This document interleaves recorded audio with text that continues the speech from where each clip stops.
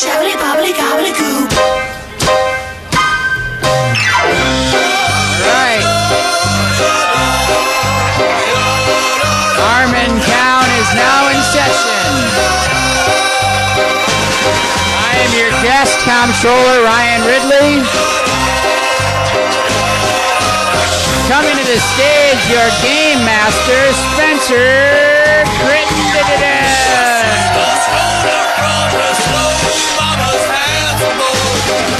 And now, the mayor of Harmontown, Dan Harmon. Thank you. It's like some Haunted Mansion music. What's that? Haunted Mansion music. Oh. That's what it sounded like to me. Scary. So it's like the Halloween equivalent of turkey sandwiches. We're just like we're just using up a couple extra scary things. Like ghosts. They have unfinished business. All right. Well, I'm not going to lie to you guys. It's going to be a bad show tonight. We already discussed it beforehand. Yeah. I'll just run through, like the things that I wrote in Microsoft OneNote, because fuck you, Evernote. Yay. It's a good app. That's the guy that introduced me to it. All right, so my therapist thinks that she keeps mentioning my bug bites. And I trusted her before that, because I thought she was like a scientist of the mind. But then she's like, "What's going on with your arms?" And I was like, "I have these. If a flea bites me or a mosquito or anything like that, like the bite is there forever." That's one of the many reasons why I'm better off in LA. You know, like in Milwaukee, where there's mosquitoes like for a month of the year, like I would just be covered in. I don't know. I probably have some allergy or something. Mm-hmm. Like, I don't think it's psychosomatic. I don't think it's like a... Oh, she was suggesting that you manifested these? She was kind of implying that it was like... that it was a symptom of my unresolved wounds. Whoa, really? I'm like, you and my chiropractor? But I trusted her. Like, the chiropractor I get, because he's, like, not a real doctor, so he's just like, oh, and then he like, the first time I ever took off my shirt in front of my chiropractor so he could scan me, he's like, oh, you have these open wounds on your back. I'm like, it's acne. What? Have you ever seen a person that ever ate anything besides kale? Like, it was just, it made me feel like I was like, oh, he must like, he might, and he's always like pointing out like if I have like lint when I pull out my stuff before I lay on the table, he'll be like, you should get a money clip or something if the money's loose. I'm like, Jesus Christ, this guy must hate me. like he just like looks at me like a big giant like just a pile of fucking like matchsticks he has to count and sort. You have open wounds. Don't say that. Open sores. It's zits. Just stop bullying me. But you're saying your therapist really thought you just psychologically made spider bites appear? Yeah, like in that Cronenberg movie, like the from the 80s, the Brood? No, not Nightbreed. Nightbreed. That was Clive Barker, for God's sakes. Cronenberg was in it. That guy loves Cronenberg so much he considers Nightbreed a Cronenberg movie because Cronenberg was in it as Buttonface. No, I have like if you could see with the camera, these take. I probably got bit by. I think my dogs didn't take their flea meds during the divorce, for a week. So then there was probably a flea in the bed. They love me, and then I got a couple of these bites. Like this is like a not. I mean, anyways, I'm just saying like I don't trust my therapist anymore because she was like, oh, what are those things in your arms? I'm like, we already talked about this. You focus on these things. It's like, what is this, like a cold read technique? Where you just like pick up on whatever's weird. You know, if the person like runs their hand through their hair, do you go like, what are you touching your hair? And then you try to bring it back around. Like you just kill time for 50 minutes and then you go, so it's like touching hair. And then the person is supposed to go, wow, and leave. My therapist told me today that there's a California law that you have to ask women if it's okay to have sex beforehand. Apropos of nothing, she just brought it up. So that made me a little nervous.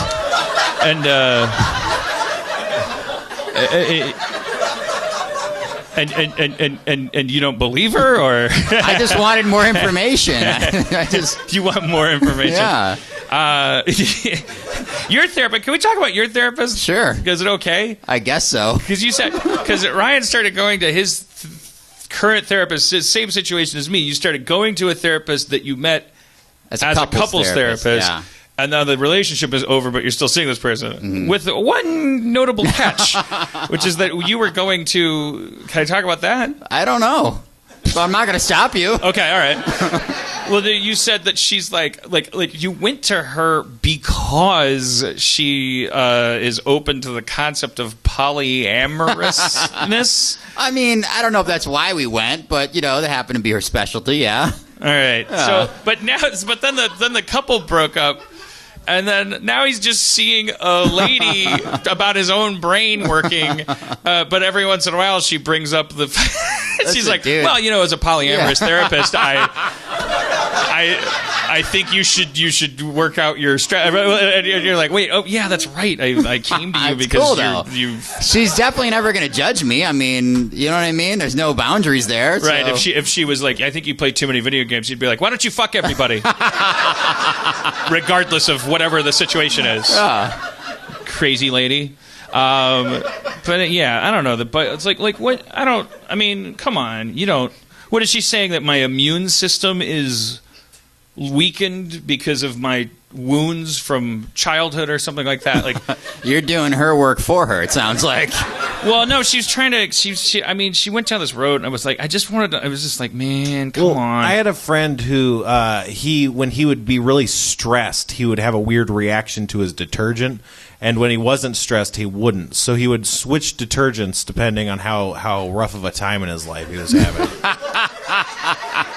All right, so there's because he really that guy loved that detergent. Yeah. Well, no, he hated the other one. It was because apparently the stuff he was allergic to. But he didn't hate it enough to stress him out, because otherwise that would have. Well, you see the Mobius strip there. I don't. I'm sure it's there, but okay. I don't see it. Well, trust me, it's there. Or I'm drunk. I don't know. I guess I'm saying, like, I really like my therapist, and I just don't want her to believe in. It's like, okay, so, I don't know if like there was that time when she kind of implied that she kind of a little bit believed in ghosts. Because we were talking about our friend that passed away, and how I felt like I could see him on, like I could sense him on set, on the Community set, and like cracking wise and stuff, and she was like, and I was like, I guess that's the denial part of coping with the grief, or whatever. And she's like, well, there's that, but there's also just the fact. Ectoplasm. And then she proceeded to just like launch into this thing. It was just like, or maybe his spirit like floated down from Parks and Rec to watch me shoot Community, because he came back and was like, whoa, there's no floor, or I'm a ghost, and like landed down at Community. That makes much more sense than just I was fucked up a little bit about the concept of death. All right. So, anyways, bug bites, whatever. I guess I have gross bug bites. I guess that's what she was. That's what I really got from it. Is like, even my therapist, who's supposed to like kind of accept me and want me to be happy, she's like, yeah, but I wish those fucking gross bites weren't on your arm. So I'm just gonna start wearing turtlenecks and like really tight like cuffs. So like I just like a Mum and Sean's performer and just point walk out around. her flaws, bro. Yeah, exactly. Like you don't see me talking, looking at you and recognizing your face. All right, just really briefly, the 3D touch on the phone, I just don't get it. It's like now you can touch your phone too hard. I don't get it. I don't understand. You keep pressing things, and now it's like you can't. If you press too hard, it doesn't do anything, and then you have to like press it. I'm sorry, I didn't mean to press you too hard. It's fucking stupid. And there's a setting for that. You just pick a setting, and there shouldn't have to be a setting. Shut up.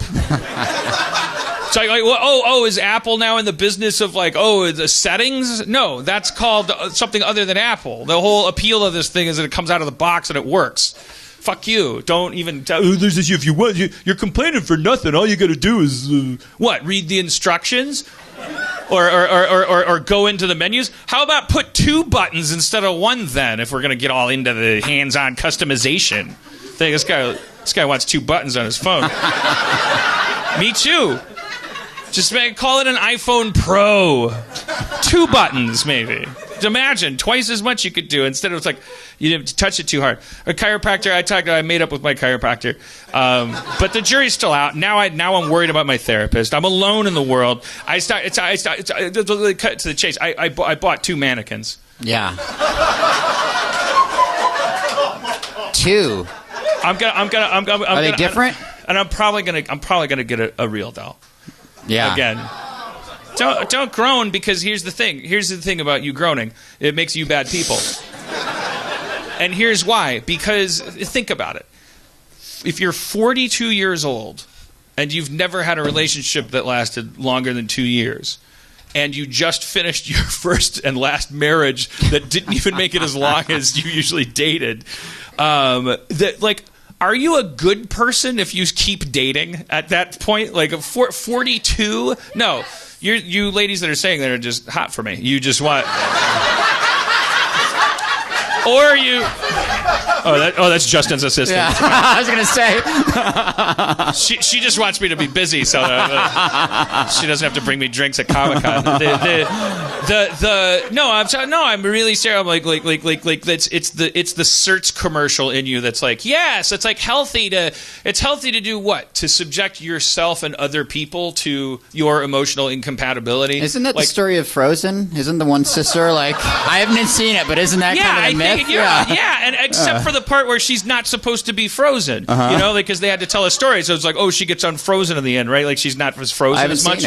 But it's like, what if I'm just at the part, like if this were Frozen, then my sequined split mid-thigh gown that I made out of ice power, when I sing the song, what's the song? I gotta be me, I gotta be me, frozen inside. I'm so in love with everything except for other people. I gotta be me. Every snowflake has a different shape, and every human evolved from an ape. But I gotta be me, 'cause I'm frozen, Stephanie.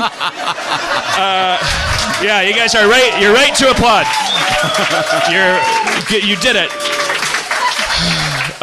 But so why is it so hard to imagine me after a divorce going, I'm gonna order a $6,000 sex doll because I have a nylon fetish, and I when I see people, all I see is their hair and their clothes, and I don't want to subject anyone ever to that again. So I gotta spend $6,000 on a fuck doll. I just dress first, like, you have to get like your an aerobics instructor approval. from an episode of Knight Rider. And just have it sitting around approving of me playing Minecraft. Wouldn't that be, if it was, what's missing from that? Jonah Hill? Like you want my cat to talk in order to make that adorable? Because believe me, it is empowering. It is important. Like I think what I'm doing is heroic. It's saying like, I don't want to. I'm just gonna tenderly kiss the ankle of a dead thing, and then jerk off. It takes 5 minutes out of like a day, and then I'm off the market. I'm back out here, and I'm helping you. I'm not hurting you. Works for me. Yeah. I mean, that you're doing it. I would never want to do that. That sounds like a horrible Twilight Zone nightmare. So never, at 42, to hang up your hat from love? Oh, you don't mean the doll part? Well, that doll part's horrible, too. But I think the funniest part is you have to ask for approval from your accountant. Right, yeah, no, that's true, because I have like all these financial people, so I have to they're going to notice a charge. No, it's okay, guys. Yeah. You have to sell them on why you want to spend the money, right? Like, he's going to ask, why should we justify this? It's my money, but I have to explain to them, it's not fraud, not financial fraud. It's emotional and spiritual fraud. Certainly, there's definitely a heist going on of the soul, but definitely a crime being committed for whichever guys have to haul the crate up the mountain to my palatial estate where Beth Bootson now, with unobstructed by eucalyptus trees, can watch my sweaty head bob up and down. Is Beth Bootson your neighbor? Thanks for the muffins. Yeah, Beth is the. This guy doesn't like the podcast. Beth Bootson's like a regular. She's a regular reference. Well, lately. I mean, whatever. Oh, let's all thank Ryan Ridley, I guess, for comptrolling. You guess. It was just my joke. My joke is that I'm mean to people. That's my joke. It's not just me? No, it's everybody. All I'm right. always cranky and mean. That's my bit. All right. Which makes me a great person. It doesn't. Well, it's I'm sorry. good to be here. You're a great guy. I'm thankful to have you in my life. Good job, Spencer. Thank you for driving me to work every day. It's important. Thank you for... They love how I drive you to work every day. But you're more than that, too. You're a friend. Thanks, man. As you've noticed, I have 6. So that's a big deal. Spencer, look him in the eye when he says this to you. I look him right in the stomach when he's talking to me. That's why we made faster friends, because we go. I need too much eye contact. Oh, you need a lot. Yeah. God forbid. All right. Well, our next guest is a real doll.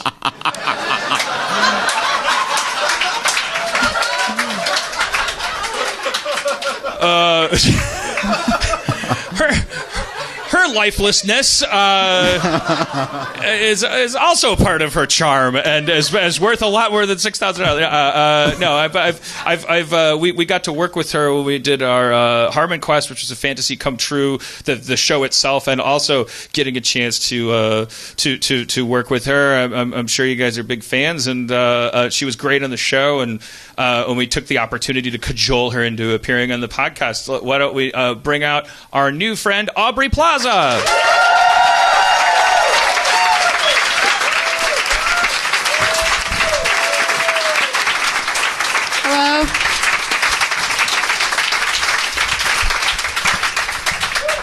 Yeah. And if you want a drink later, I can make you one. There's tongs. Thank you. All right. So I know your shtick isn't exuberance. And mine is bad interviewing. My shtick? Well, I mean, I don't mean to imply you have a shtick, but... And I didn't. I said your shtick isn't exuberance. And I'm a bad interviewer.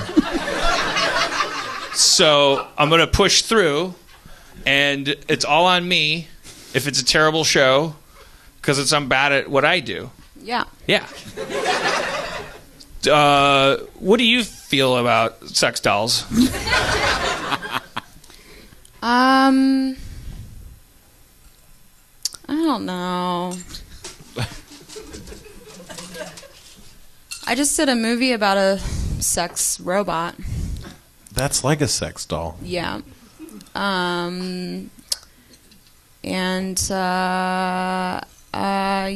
think they're fucking weird. And I think they're creepy, and they make me sad.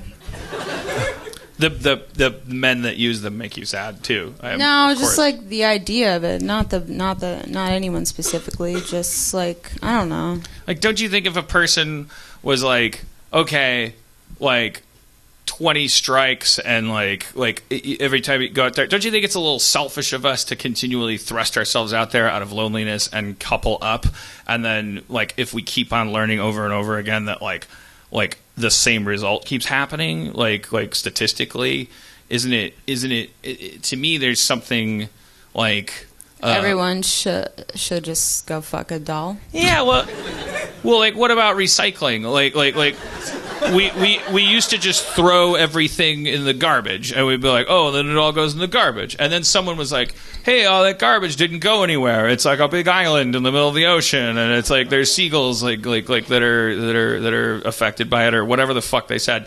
And now we have 2 cans in all of our homes, and it's become custom. Like somebody has an aluminum can and they come up to you and they find you at your party and they go, I can't find your recycling bin, and you're like, okay, high roaded asshole, I'll deal with it.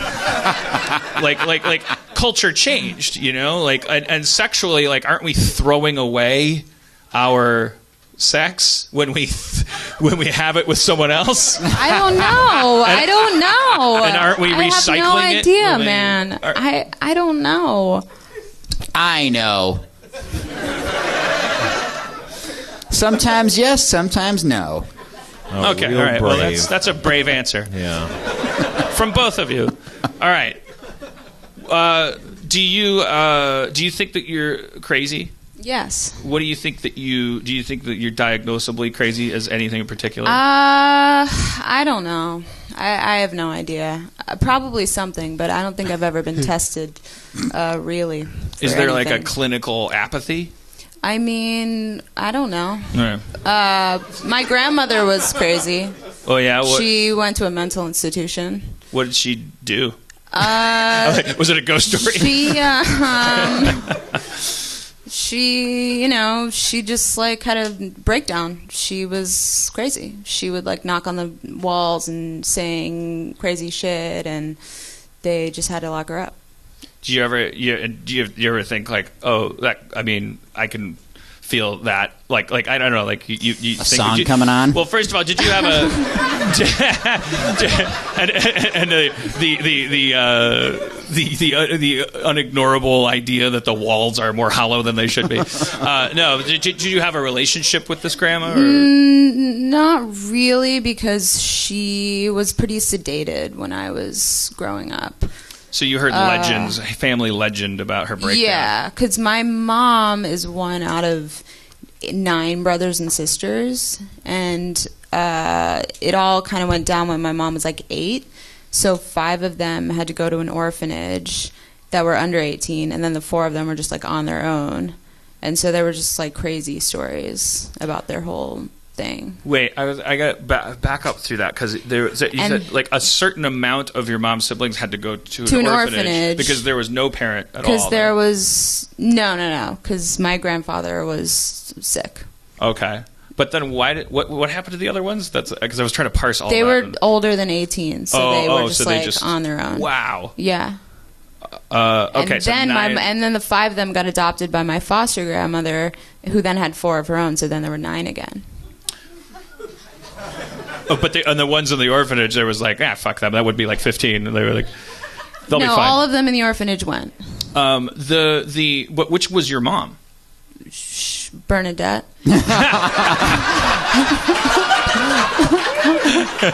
Second from the left. No, was she an orphanage sibling, or was she? She was an orphanage sibling. Yeah. Okay, so what do you mind taking? If I'm prying, don't tell me at any time. But I don't know. Is this going to be online or something? No. But did you? So what? Did your mom? Take us through your mom's story from there. This is fascinating. I've never known anybody that was in an orphanage. She was in an orphanage in Delaware, a Catholic orphanage, and it was really fucked up. They were like being tortured, and they were like, it was not a good situation. And so, her 3rd grade teacher, my foster grandmother, like basically was like, I want to adopt you, and she was like, I'm not going without my brothers and sisters, because they were all trying to like run away and all this stuff. And so then my foster grandmother, the 3rd grade teacher, just adopted all of them. Wow. And then had 4 of her own. So that means that, reading between the lines here, that that teacher who became who you knew as your grandmother. Yeah. She was teaching some kid who she was very fond of, and who was clearly like suffering abuse at home, i.e. an orphanage. Yeah. Like your foster grandmother didn't work at the orphanage. She worked at just like a public school. No, she worked at the school where all the orphans went. And she was like, "You're great. What the fuck is happening to you?" Yeah, she just kind of fell in love with her. And then she's like, "I got to get you out of here." And your mom did the old sitcom cast sound contract and said, "Not without my Seinfelds." That's right. Yeah. Yeah. She was my 3rd grade teacher too. The grandma was? Uh-huh. Wow. Yeah. Jeez, that must have when you were like, "Oh, I didn't do my homework." She's like, "Okay, well, it's not like I care about my job." Yeah. Yeah. So I guess it's okay that you fucked off this weekend. Yeah. I mean, laziness pays. That's that's why you exist. Were the older kids in your guys' lives? Did they come back? Yeah, they're around. All right, that's cool. Yeah. All nine? All 9 Not are all together? 9, no. Oh. No, one of them died. Oh, well. You got I got no quip for that, man. It's not your job to have quips. It's not that kind of show. All right. He's a substitute. There's usually. But to answer your question, I think about it every day. The sex doll thing. Yeah. I knew if I did a little digging. Yeah. But are there... No, you think about it every day that you might Penis that chemically, What? I didn't want to give that short shrift. Like you think about it every day that like there may be like a little. I mean, yeah. You've made it this far statistically. Yeah, but like I don't know what's going on. Just in general. I don't know if I don't know Yeah. what's going on. Yeah. Like I think I'm crazy. Like somebody tweeted at me today, like, oh, you do this, and that. You might have borderline personality disorder, and I'm like, okay, I'll add that to the list. No one has ever said that to me. I was looking it up, and I was actually thinking, oh, Aubrey's the guest tonight. I wonder, like this is actually kind of interesting because there's nowadays online you can just look it up and you can just diagnose yourself. Let me type it in. Talk about what Parks and Rec was like for a second. Man, Amy Poehler is a dream.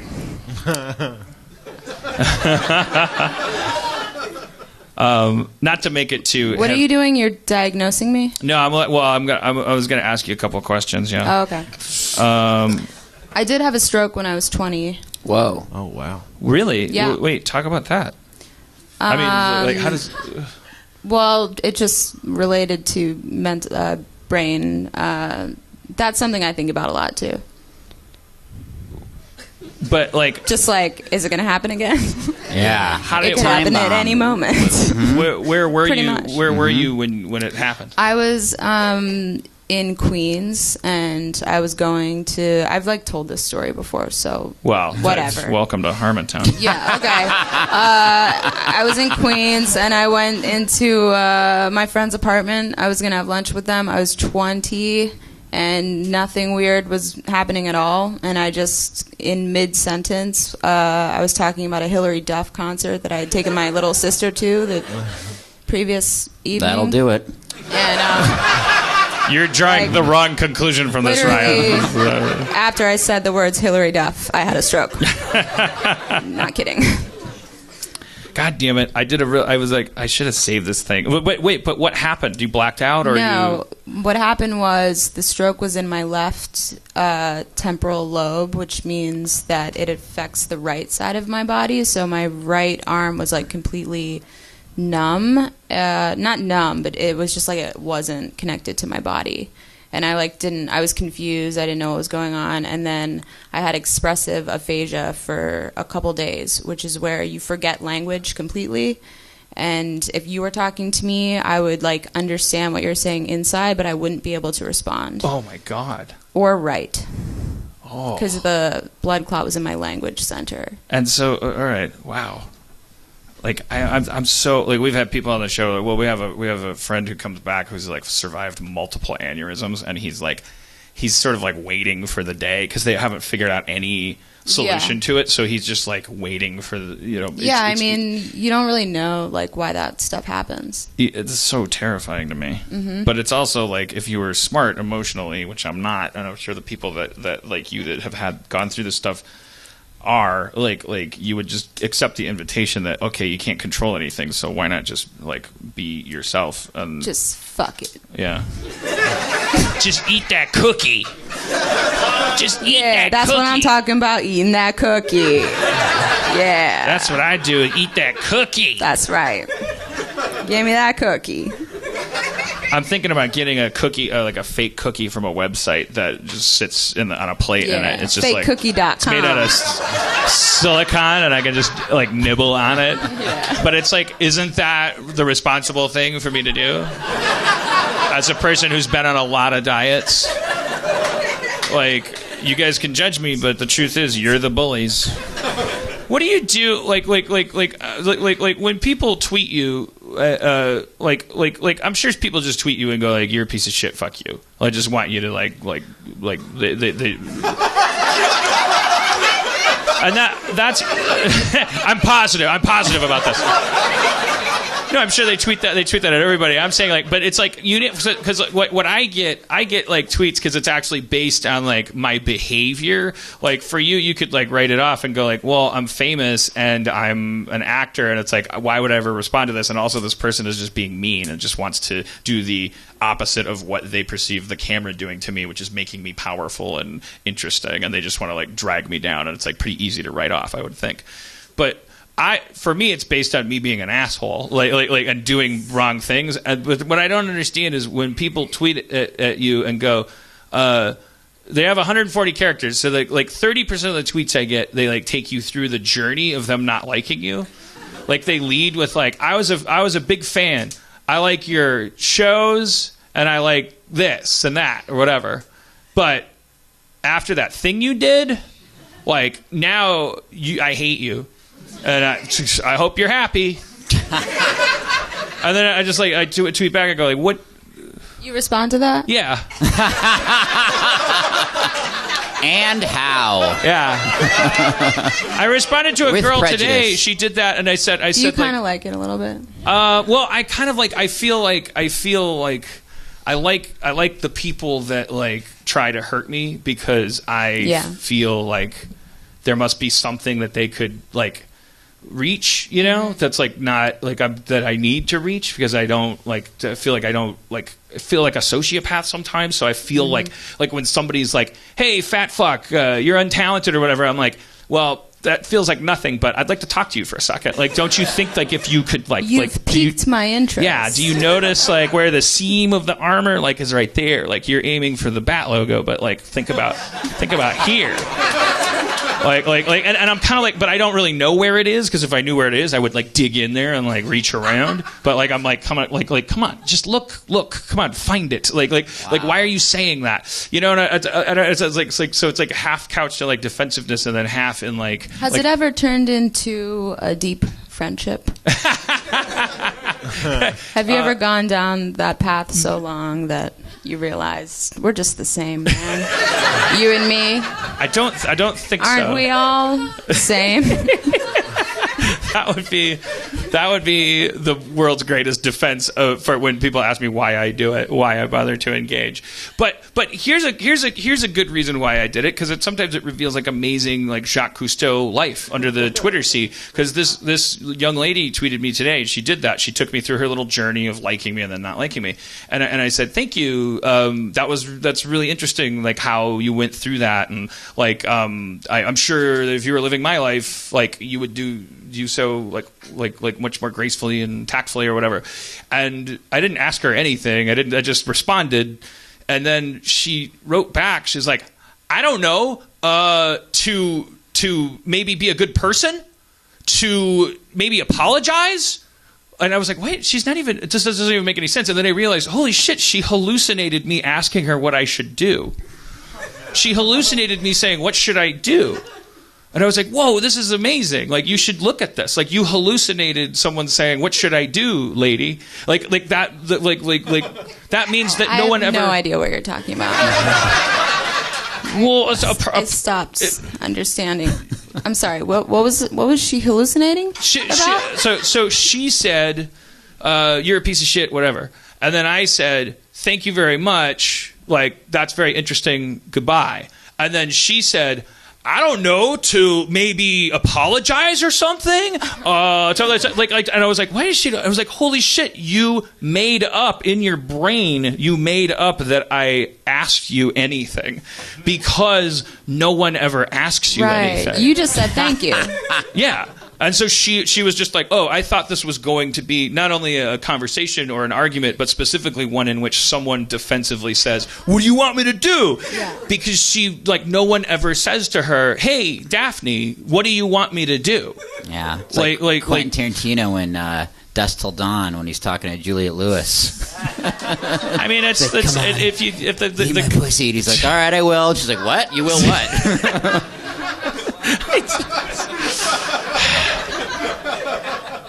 Right? I really wanted to find this borderline personality disorder, BPD. also known as emotionally unstable personality disorder. I mean, give me a break. Is a cluster B personality disorder. I mean, is there a disorder called being a doctor? Like where the symptoms are being full of shit and trying to act like you're not? The essential features include a pattern of impulsivity and instability of behaviors, interpersonal relationships, and self-image. Check. Yeah. Everyone in Los Angeles. The pattern is present by early adulthood, blah, blah, blah. Other symptoms usually include intense fears of abandonment. Do you have fears of abandonment? Yeah. Raised by orphans. I don't know.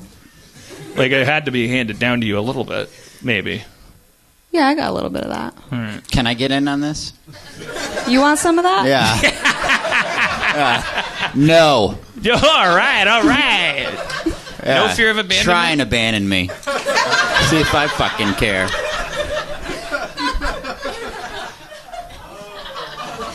Oh, shit. All right, welcome to the Ryan Ridley Show. That's what I'm talking about. Spencer? Let's just do the Grandma's Virginity podcast. Oh, we got a fan. All right. I've never heard it. What happens in that? Well, you know, me and Justin Roiland of the Rick and Morty show. Okay, all right. I mean, All right, congratulations. I guess we found out I have a fear of I'm a control freak. Yeah,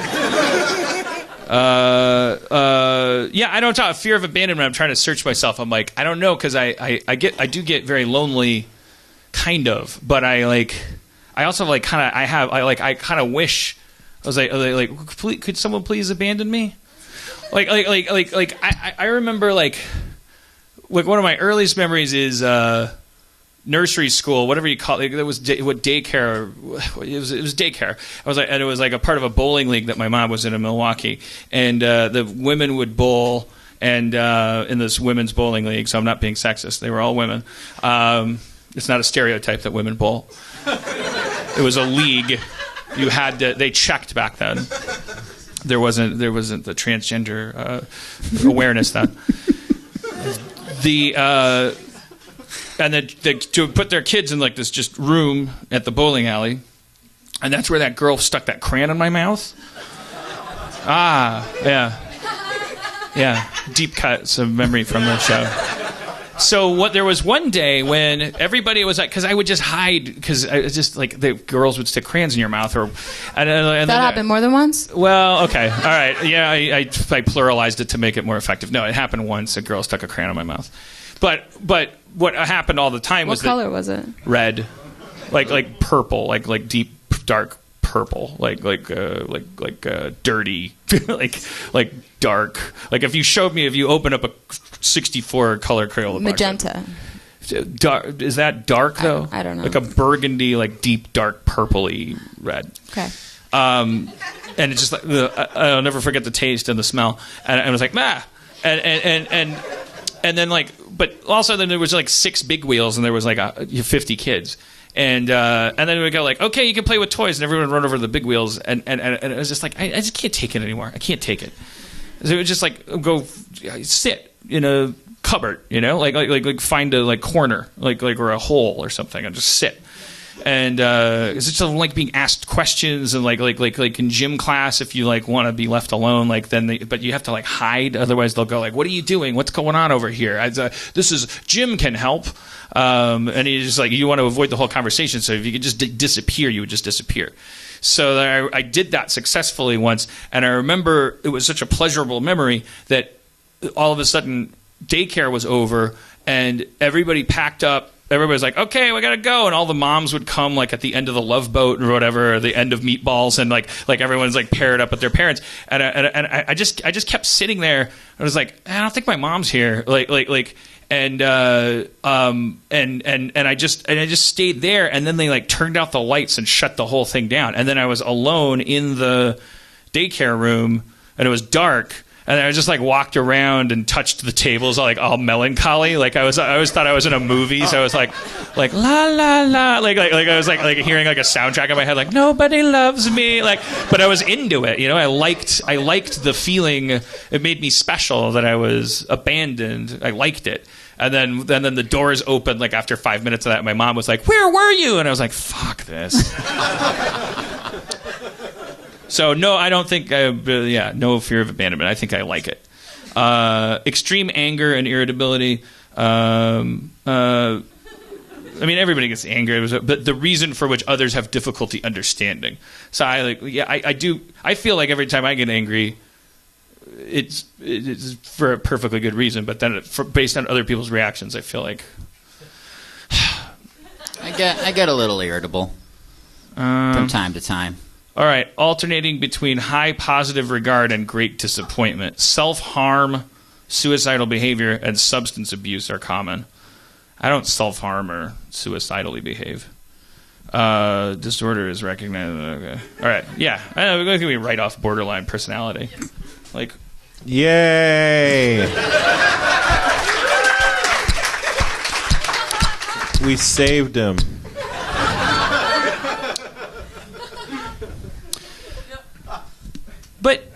But nobody has anything, right? Like, it's just like what are they trying? Those are just like packages. Aren't those just for dumb doctors? Like if somebody comes in and goes like, "Well, I ate a fire hydrant yesterday, and I want to have sex with a graham cracker, and I hate my mom, but I hate her because she won't kill me."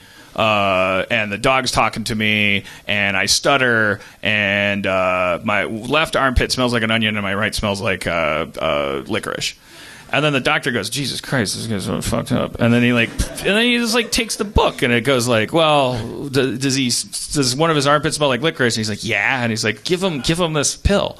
And he's like, "Here, take this pill." And like it's all bullshit. All these packets, like the diagnoses are just packets. Yeah, I didn't grow up taking a bunch of pills. No one gave me a bunch of pills. Oh no, I didn't. Yeah, I didn't imagine so. Well, I was just offering that. Do your relationships last a long time? Yeah. Like, what is a long time? Like 5-6 years. That is a long time. Yeah. To me, I've never made one last longer than 2 years. Oh, is that right? Yeah. How old are you? 42. I should have a sex doll. I would be a hero. Yeah, whatever you want. I would be a hero for having one. Yeah. Yeah, get one. Yeah. Thank you. I can tell my accountant you said get one, right? It's not going to hurt you. I'll just say Aubrey Plaza told me. Yeah. I don't even have a car. Like by the time I get a Tesla, I could have sorted out all my problems. When are you going to get this Tesla already? Well, I might not We've been need talking one. about it forever. Tesla's a symbol. For a fraction of the price, I might become a healthy enough person to drive a hatchback of some kind. If the sex doll might itch a scratch, that's all right. Well, I told you it'd be a bad show. Do you want to talk about the thing in the sky everybody saw last night? I don't know. The aliens? Wait, what? No, it was a rocket test. Out. Yeah. Oh, really? Yeah. Naval rocket test. They shot a missile from a submarine? That doesn't even make sense. That's how they shoot They're missiles. underwater. That's what we want our enemies to say. I can't believe you don't know about this, Dan. No, I don't know Talk nothing. of the town. So there was stuff in the sky, but it was just a rocket test. I got caught up, see? Yeah. A lot of you wasted a lot of time. I could just get my news here. How's Bernie Sanders doing? I listened to a great piece on him on NPR. It was pretty great. They interviewed him. He talked when he's talking quietly, he doesn't even sound ridiculous at all. You think he sounds ridiculous otherwise? Oh, yeah, absolutely. Who are you voting for? I'm not voting for people based on the ridiculousness of their voice, I'll tell you that right now. Like, as if you want someone to have a more ridiculous voice, or It's not the axis on which I'm basing my judgment here. That's what I'm saying. so? Whose policies do you like so far? I like Bernie Sanders. I like Donald Trump. What can I say? Either one of those, I'm sure would be great.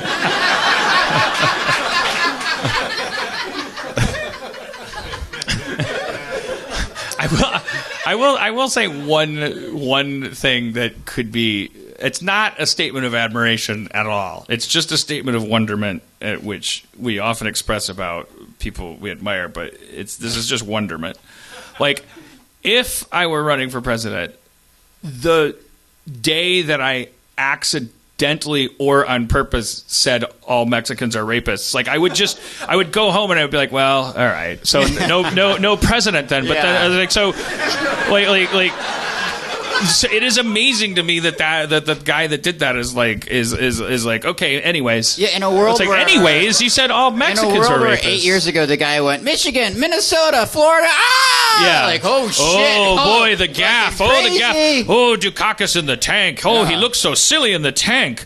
What about the tank of genocidal, horrible xenophobia?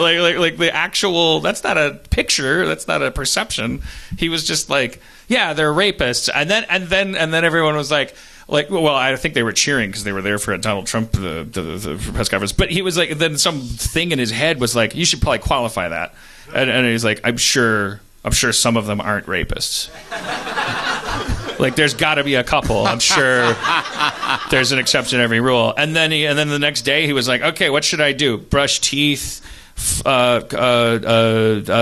on shoes, keep running for president, which is amazing to me. That really is amazing, because I threw out my back rearranging my office, and the next day I did not go to work, and I was like, sorry, I had a hard time yesterday, and it turned out I'm not as capable as I thought I was, so I'm going to lay in bed and play Minecraft. And if I called all Mexicans rapists, I would twist that into a way to play Minecraft. I would stop running for president. And I would think while I was playing Minecraft, I'd be like, the reason I'm doing this is because I don't want to confront what I said. Like, I want to wait until it's old and I can sweep it up. He's got a lot of self-confidence. Mm-hmm. We can all learn from that. It's true. I do kind of admire him for that. That doesn't surprise me at all. He has too much. He has a problematic amount of self-confidence. Yeah. Some would say if he had less, he'd be a lot better off. Just a few. Also, we need new words for confidence. And How can he be better off? He's a billionaire who's running for president just for fun. He's like, I don't really give a shit. I'm just going to spend my own money, do this for a little bit. Yeah, How man. much more? But he's like now the best just person there imagine could that. be, right? Just imagine how he could wants be to see better how off. far he can take it. Yeah. Yeah, he's been running for a long time. That's true. That's not But even what's a he joke. running from?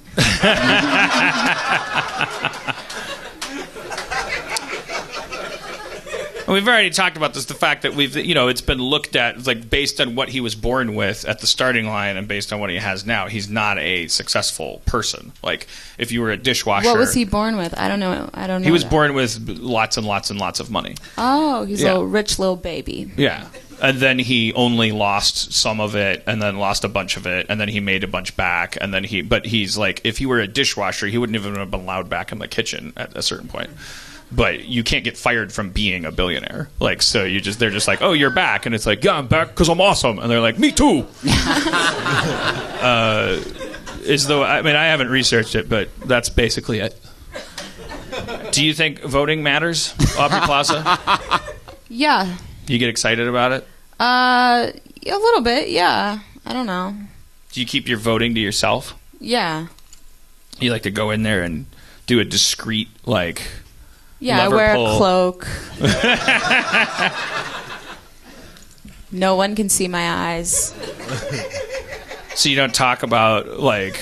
You don't share your process with anybody? No, only myself. How do you pick, like, the circuit court judges and all that bullshit? Eeny, meeny, miny, moe. Uh-huh. I go with names, cool names. Yeah. Yeah. They give a little bio next to him, or like a little fortune cookie next to him, right?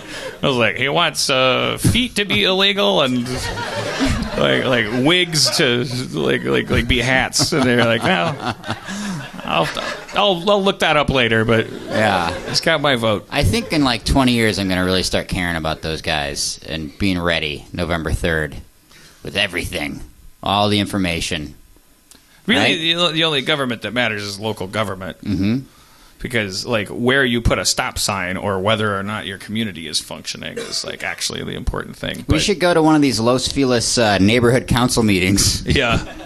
Yeah, you listen to those Santa Monica ones on the radio. Oh, boy. They're like, okay, Mr. Frazzles, what do you have to say? The buses are talking to me. You have a right to feel that way. Moving on. What are we gonna do, Aubrey Plaza? About climate change. That's my number one issue. Let's talk about it.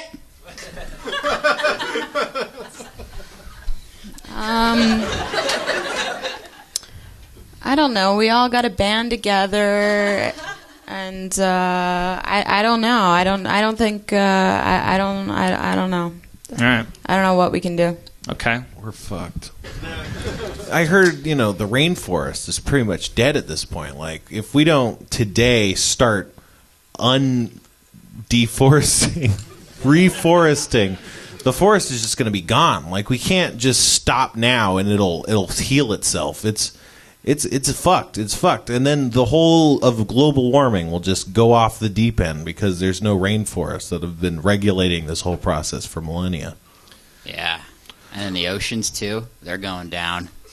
No, he loves they're going up. The oceans are going up.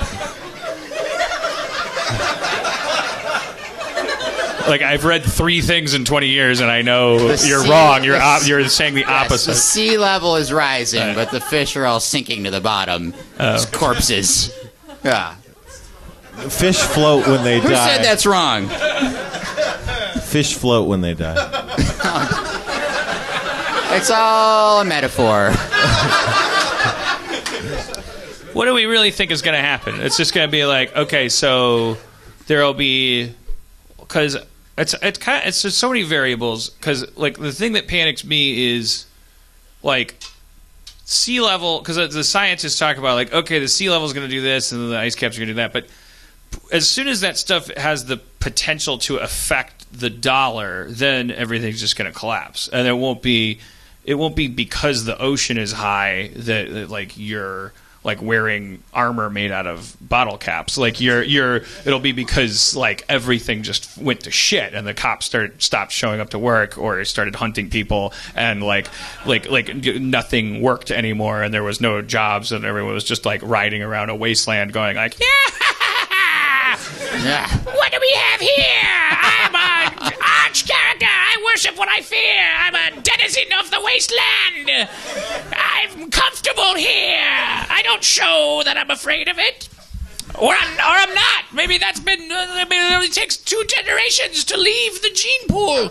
Perhaps all the people that were afraid are dead, and only the people that were confident in a post-apocalypse they reproduced, and I'm their progeny. I'm a man of impulsiveness, and I love living.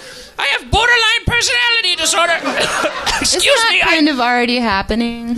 Yeah, I mean, it is. Just like slowly, though. The fact that it's not like one day that'll happen, but it's just like happening really slowly, and we're kind of like seeing it, and then we just like get used to it.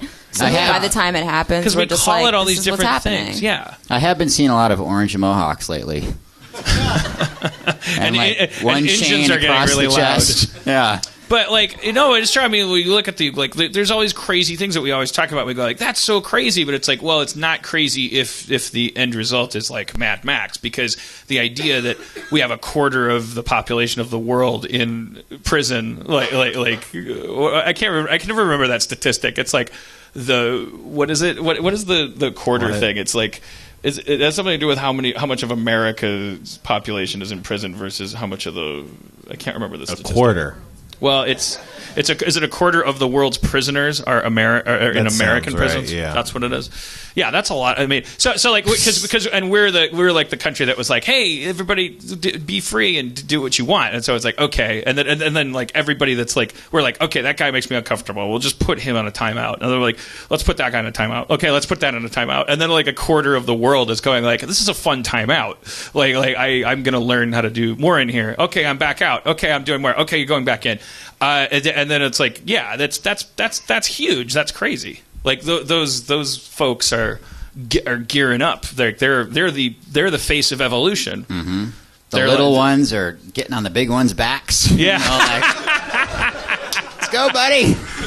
Master Blaster from the Thunderdome. I could tell you didn't know the reference. I got the it. third Mad Max movie. Do you know how to fly a plane? No.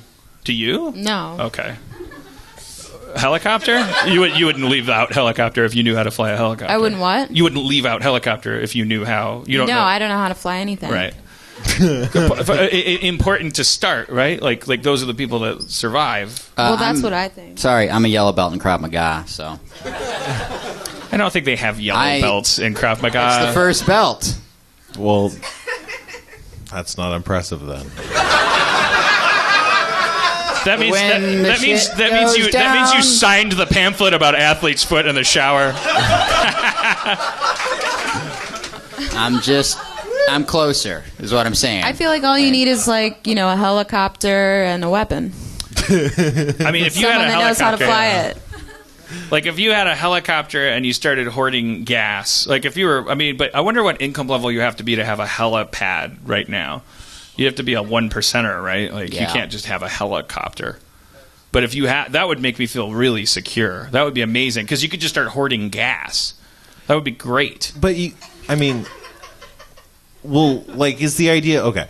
To fly away is the idea. And just stay aloft or to find a place where society still exists? Well, obviously... Snipe them out. Well, you land somewhere where there's more gas, and then you find that while you shoot zombies or poor people or whatever. If there's helicopter gas lying around, I feel like you're in a great position automatically. If there's what? If they're still refining helicopter gas for you to find just freely wherever you go. Right. Those babies can run on... a lot more than you think. That's just you just double down on All that. right, I'm sorry. I can't argue with Aubrey about how helicopter gasoline works. She knows everything. I want to see a montage. No, but you don't see a world where the world has effectively, or civilization has effectively collapsed, but there's a lot of places around where you could still find gasoline. I feel like if I'm in the apocalypse and everyone's in the apocalypse and people are wearing bottle caps and shooting at each other because they have nice car hood ornaments or whatever the fuck, flying around in a helicopter is going to be the best way to get shot at. And they're also they're not like it's also armored. The best way to get missed. Well, they're not that fast. Yeah, but you're way far away and up in the air. Well, it depends on what you're doing with the helicopter. But a lot of helicopters, they're not too high. They're very lightly armored. Mm. You could just shoot them down with a cap gun. Well, I wasn't thinking about it like a battle zone. I was just thinking like natural disasters. Get in that helicopter, fly north. It would work with an earthquake, certainly. I was thinking battle zone, but I guess part of me naively thought that our same worship of celebrity or richness would somehow purvey in that one way, that if you were down here like shooting each other with AK-47s, that a helicopter would fly over and you go, I wonder if that's David Hasselhoff. Maybe if I shoot enough people with this assault rifle, I'll be having lunch with him one day. Well, you could just shoot the helicopter and force yourself to have lunch you're with like a life hack guy. I didn't put that together. He reads those life hack tumblers is why he's saying that stuff. I didn't put it together. I thought a helicopter could just go so far up that a bullet couldn't hit it. It can. It's just not practical. Maybe a surface-to-air missile, though. Yeah, bring it. Like yes, let's go. Bring your surface-to-air missile out. Please, I'd rather, if people have those, I don't want to be on the ground. And you got to hit a helicopter right in the jugular. You can't just that thing will bounce right off that. It's like 90% frame of it. spinning blades. Like there's most things that you hit. Bullet's going to get chopped in 17 pieces. It probably like half of them probably go back down and hit the guy that shot it. Yeah, one of them will make a little heart, and you'll make a necklace out of it. Yeah. Absolutely. Same page club about helicopters. Well, you guys can have your helicopter, and me and Ridley will hang out with our missiles, and we'll see what happens. Well, I'll take a helicopter over a missile. Because here's what I'd do: I'd fly the helicopter early. I would do it before anybody would thought that shooting a missile was like a good idea, and I would because I would go, because that wouldn't be a luxury that you would have if you had a helicopter. You would go, well, it says on the news that Donald Trump won, for instance. Why don't we just go for a long weekend on a helicopter trip? Like we do whenever we get nervous. Like we'll go to the underground bunker, and then hey, I'd love to be wrong. And you come back and you're like, ha! And everyone's like, how was your weekend? And you're like, I spent it out of town. And they're like, did you abandon all of us because you thought, and you didn't call anybody, and you thought it was every man for himself, and you got in your helicopter, and you're like, okay, what's the difference?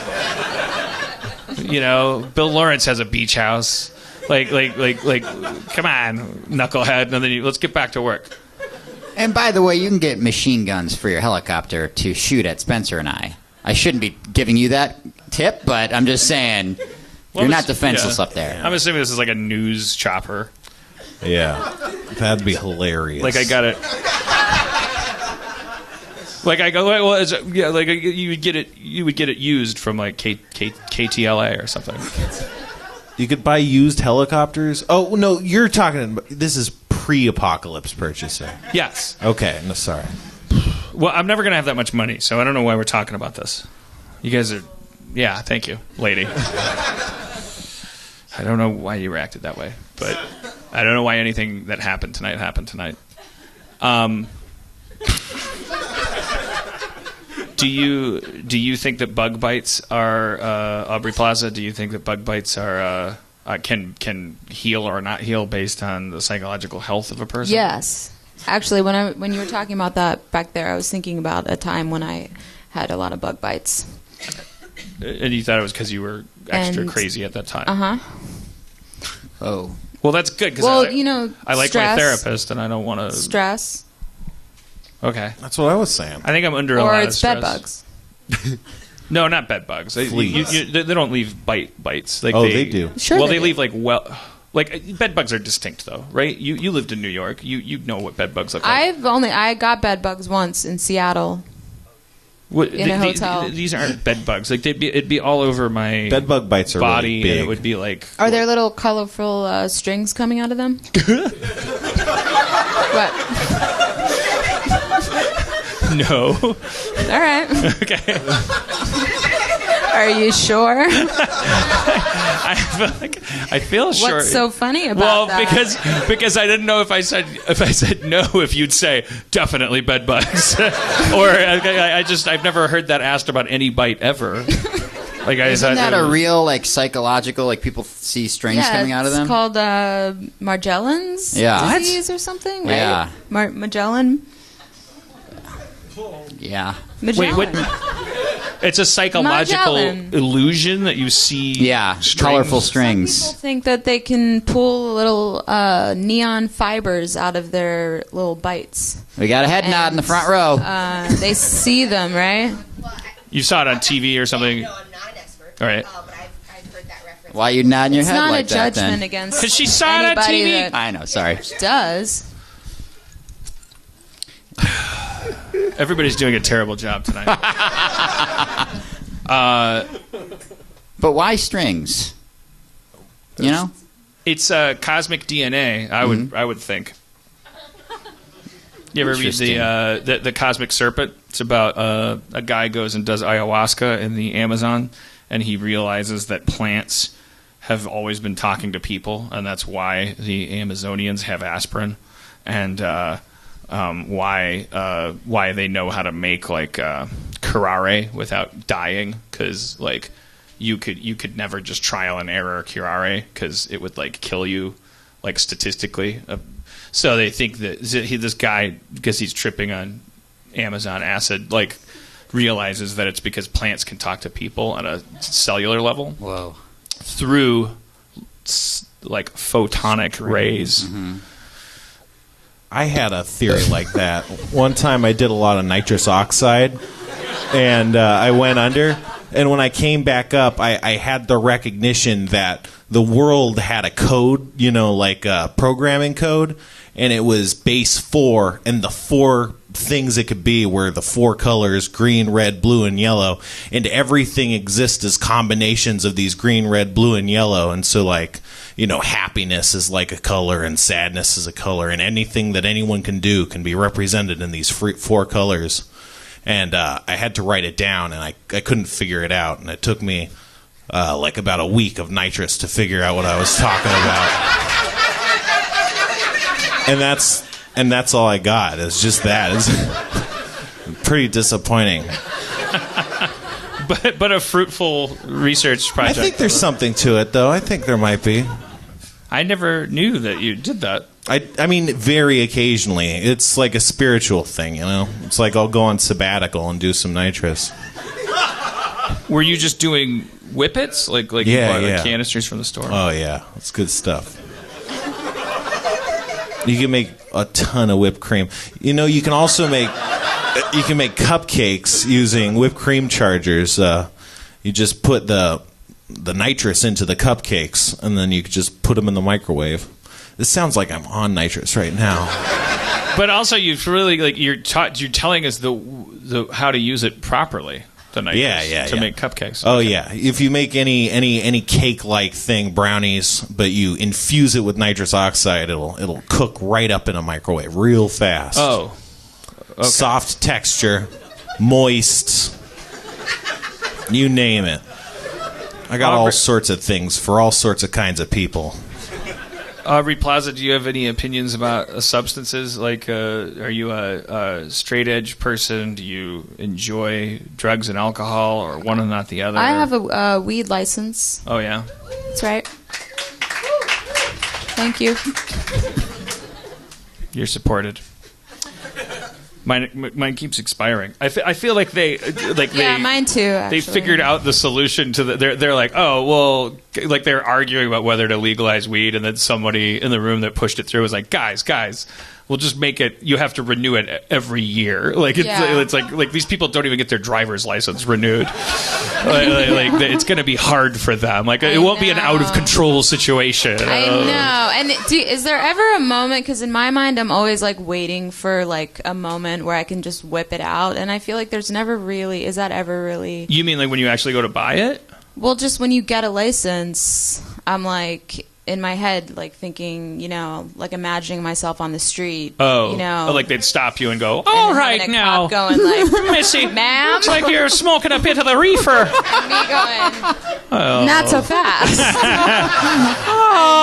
It checks out. But you really ought to do this in the privacy of your home. Well, legally, I don't have to. Well, let's not nitpick. I'm just a cop. Well, I think you better cop somewhere else. Oh, swinging me nightstick and wandering off. Just, Fine. Walk away whistling. I can still hear you. I'm on the other side of the street. You're the loudest, worst whistler ever. It's like 40% air. It's not even a song. Well, this is the police station. If you keep following me, then you're being the weird one. I'm going inside to talk to my friends. Hey, you want to come to my house and hang out? What the fuck? Get out of here! Get in my house! Get the fuck in my house! Jesus Christ! I'm obligated by an unknown state statute to go in the house and give you my gun. Here you go. Now I'm gonna make you a pie. You better use enough nitrous oxide to make it go fast. Or I'll take you by the scruff of your neck down to the... But I do always think about that scenario, and I don't think it'll ever happen. No, I mean, the card is like for, it's just like when you buy... I don't even have the card. I just have the paper. Right. What, the certificate? Yeah. I remember I was so excited the first time. I was like I did it in an afternoon, but it took all afternoon. And I had to, like, go through this dumb, like, it's like... California is now the most backward state because there's like 4 other states that are just like, yeah, it's just weed. It's legal recreationally. And now we're the ones that did it first, but you now still have to talk to a guy in a Cuban shirt with a stethoscope around his neck and a ponytail. I'm like, what is the stethoscope for? It's for surveillance is what it's for. It's for people taking pictures of you when you leave work. Yeah, and you have to, like, I don't know. I felt like they were trying to trick me into, like, admitting I just wanted pot. Like them of all people, they're the ones selling it. But I felt like kind of like I had to lie to them. It's humiliating, the whole process. And I don't want to have to those lie. disgusting lobbies where you have to sit and watch those. And then you fill out the forms, and then your friend is like, just do nausea all the way down. Insomnia. No, I'm not gonna lie, but it's like I guess I'm fucked up enough that it was like fine. Yeah, you want to be like, we know what we're doing, right? Yeah. Just give it to me. Why are you being like that? Like, why are you acting so weird? Yeah, the whole point of legalizing this is normal. To try to eliminate the fucking phoniness, man. Yeah. Not to enhance it. Yeah. We'll get there. We're good, right? Nothing's happening in Oregon and Colorado and wherever else it's legal. Like, those states haven't collapsed. Colorado has more money than it knows what to do with. Man. Really? Got a yoke from Dave Klein. Would you like to meet Dave Klein, Aubrey Plaza? I feel like he'd be a good offset to your energy. The Dave Klein, come up here.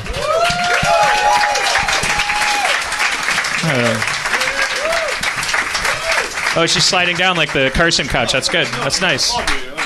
No, that's good. That's nice. I'll project. Hey, Dave. Just mixing it up. Get a mic, Dave Klein. For God's sake, don't. Oh, well, Aubrey, let me say this. You descended into a strange basement. Yeah. We're all familiar with it. You're not? Nope, it's my first time here. Well, welcome. Listen, this guy's a little bit of a creep sometimes. We got a bunch of creeps out here. But here's the thing about creeps. You saved me. No, exactly. Where have you been all my life? It's gradients of creeps. It's gradients of creeps, Arlen. Here's the thing. Creeps have gone deep. All right? Deep. Creeps have gone deep to some interesting places, and my thing is, I'm a positive creep. All right? Okay. Guy's a creep because he's gone down. I mean, he made Community. Come on, it was like super creepy. Well, wait. Maybe let me unpack Genius. Genius requires creepiness because to get down to the darkest bowels of like. Woo! Most people don't make it back and are able to like make something creative. Dan was able to make something, and Aubrey, you were able to come down to this decrepit crypt where we all have like made our own space. Yeah, thanks for having me. Hey man, well, I'm having a great time. Well, that's what I was hoping. Let me say this. Hey Dan. You have this crazy way, Dave Klein, of verifying how bad I think the show is going with your pep talks, because you're like I remember this about you, that you come up and I go like, no, I think it's going great. Well, like not they can't all be gems. Normally goes. No, this is how it goes. Just to address that point. So like in role playing games, right? You don't just start in like the Dragon's Lair of Creeps. You could. And that's why he's the game master. All I can say is just, Aubrey, like, thanks for putting up with a bunch of creeps in a bunch of basements. Because it's fine. Hey, Dave Klein. Yeah. Dave Klein, Ryan Ridley, substitute moderator, comptroller. Yeah, Ryan, how's it going? Am I a creep? Who said that? That was Justin's assistant. Well, yeah, you again. know me. I mean, Yeah. No, absolutely creep. Because here's the thing about creep. there was not a tongue in any cheek in that response. Very sincere. Am I not a creep? Genius is creep. And so here's the thing about like most creeps. Starting to sound like a backhanded compliment. Genius is creep. Genius is creep. Genius is creep. Well, look at him. We're gonna use my voice. This is actually like I saved a lot of people, like a lot of like Ivy League like master's courses, like geniuses are creeps, and you can kind of track like the creeps with the genius like pretty effectively. But Write a paper about that. yeah, genius. All right. All right, Dave Klein, I'm gonna rap battle you. You got a rap beat? I'm gonna rap your ass off the stage. Oh shit! No rap beat? Fair enough. Oh shit! Jeff's not here. Oh shit! It's a bad show. Ryan has some rap beats. Ryan does. Do I So have- shout out to Soren Kierkegaard, creep. Shout out to Nietzsche, creep. Shout out to Sartre, creep. Shout out to Heidegger, professional creep. Shout out to Werner Herzog, definite creep. Shout out to Nicolas Cage, creep. Shout out to my actual idol, James Turrell. Who's that? He's a visual artist who actually has a place at LACMA called the Gansfeld Effect. I've done some time in some Prisons. sensory deprivation tanks, and I've done a lot of like studies and work in that. Yeah. I believe in it, and this guy's a mastermind with it. He creates a thing where he says my motherfucking medium is not color, it's not paint, it's fucking perception. So he challenges you to like essentially go beyond the rim of like what you can do perceptually. So if you stand at the edge of this guy's thing at LACMA, you literally lose your perceptual self. And I've Because you're looking at an exhibit, or you're not? No. Imagine literally looking into the void. Okay, But got it was- it. Got it. We've been there. No, we've been there. Reason Wait, one this second. guy. Got it. Okay. Okay. No But time, the- no space, no. Okay. But the reason this guy's a mastermind is he takes us to the void, and then like literally we're like plunged into a pink like abyss, can't find our way out, and then like finally like realize that like our perception is like something beyond our body. It's a revelatory gift that we're given, and we walk out of the experience a little bit different. Dave, may I? Shout out to Gary Glitter, creep. Yeah. Shout out to Jeffrey Jones, character actor from Beetlejuice, creep. Now wait a minute. You're naming actual. Artistic heroes. What else? Dan Flavin. Shout out to Dan Flavin, creep. Shout out.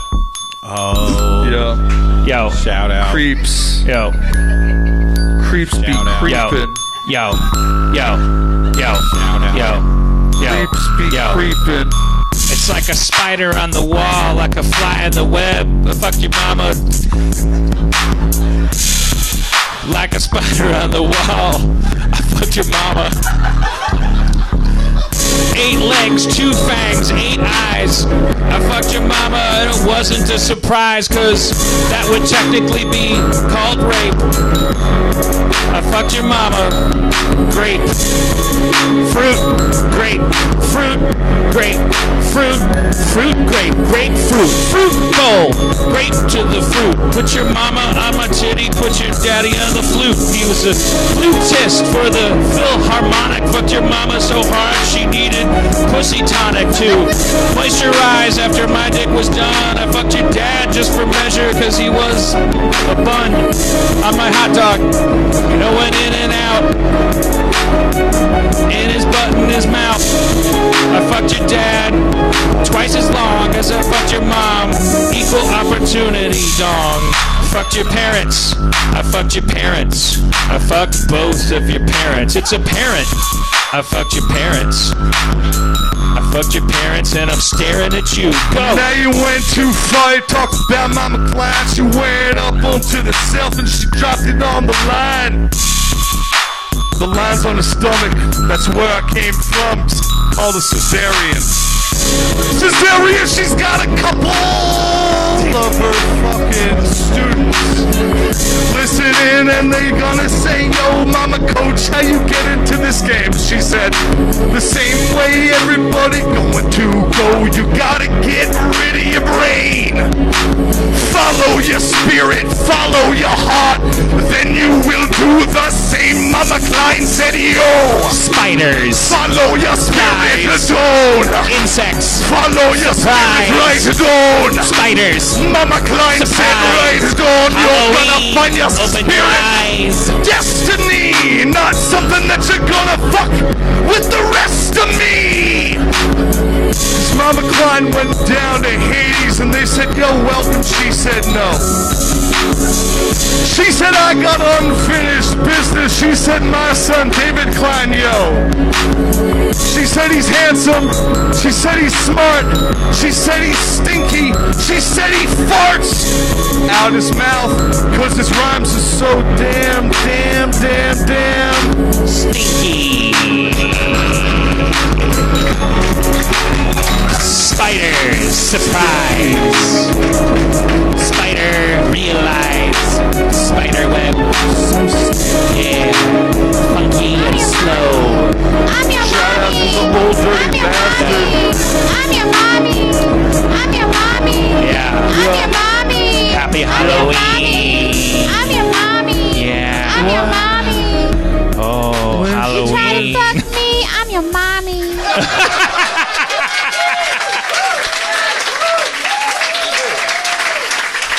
I didn't know where that sample was coming from.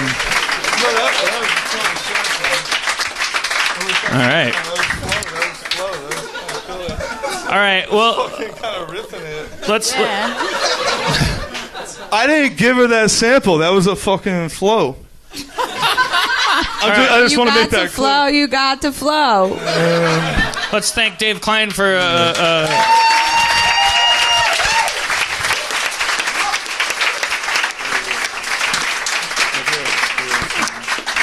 Thank you, Dave. Sometimes we rap in the show, and also audience people can come Oh, up too. do you? Yeah. You know who was here in the front? You can just. Do you want that? Do you want to just be on the show? Just talk. Just tell us you're racist. Why are you racist? Tell us. I'm not racist. Because you hate black people. Give me the mic. You know what? Give me that. You should love them. Shameful. You should be ashamed of yourself. And the fact that you won't even admit it. That's the fucked up thing. I had to drag it out of you. Like, be honest about how racist you are, guy in the front row. Yeah. Hold on a second. Just give me a second. Okay, so we did that. Like, I thought I had something on my mind. I think we should. All right, let's. I'm gonna leave. Yeah. You gotta hard out. You gotta take off. I don't know. Yeah.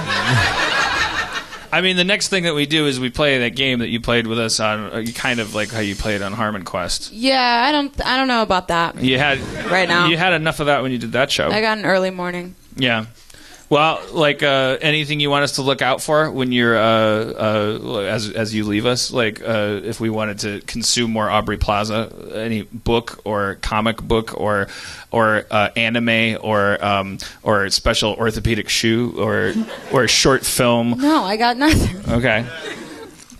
Well, you said you had work in the morning, so. I'm going to be in a movie that comes out in January called Dirty Grandpa. All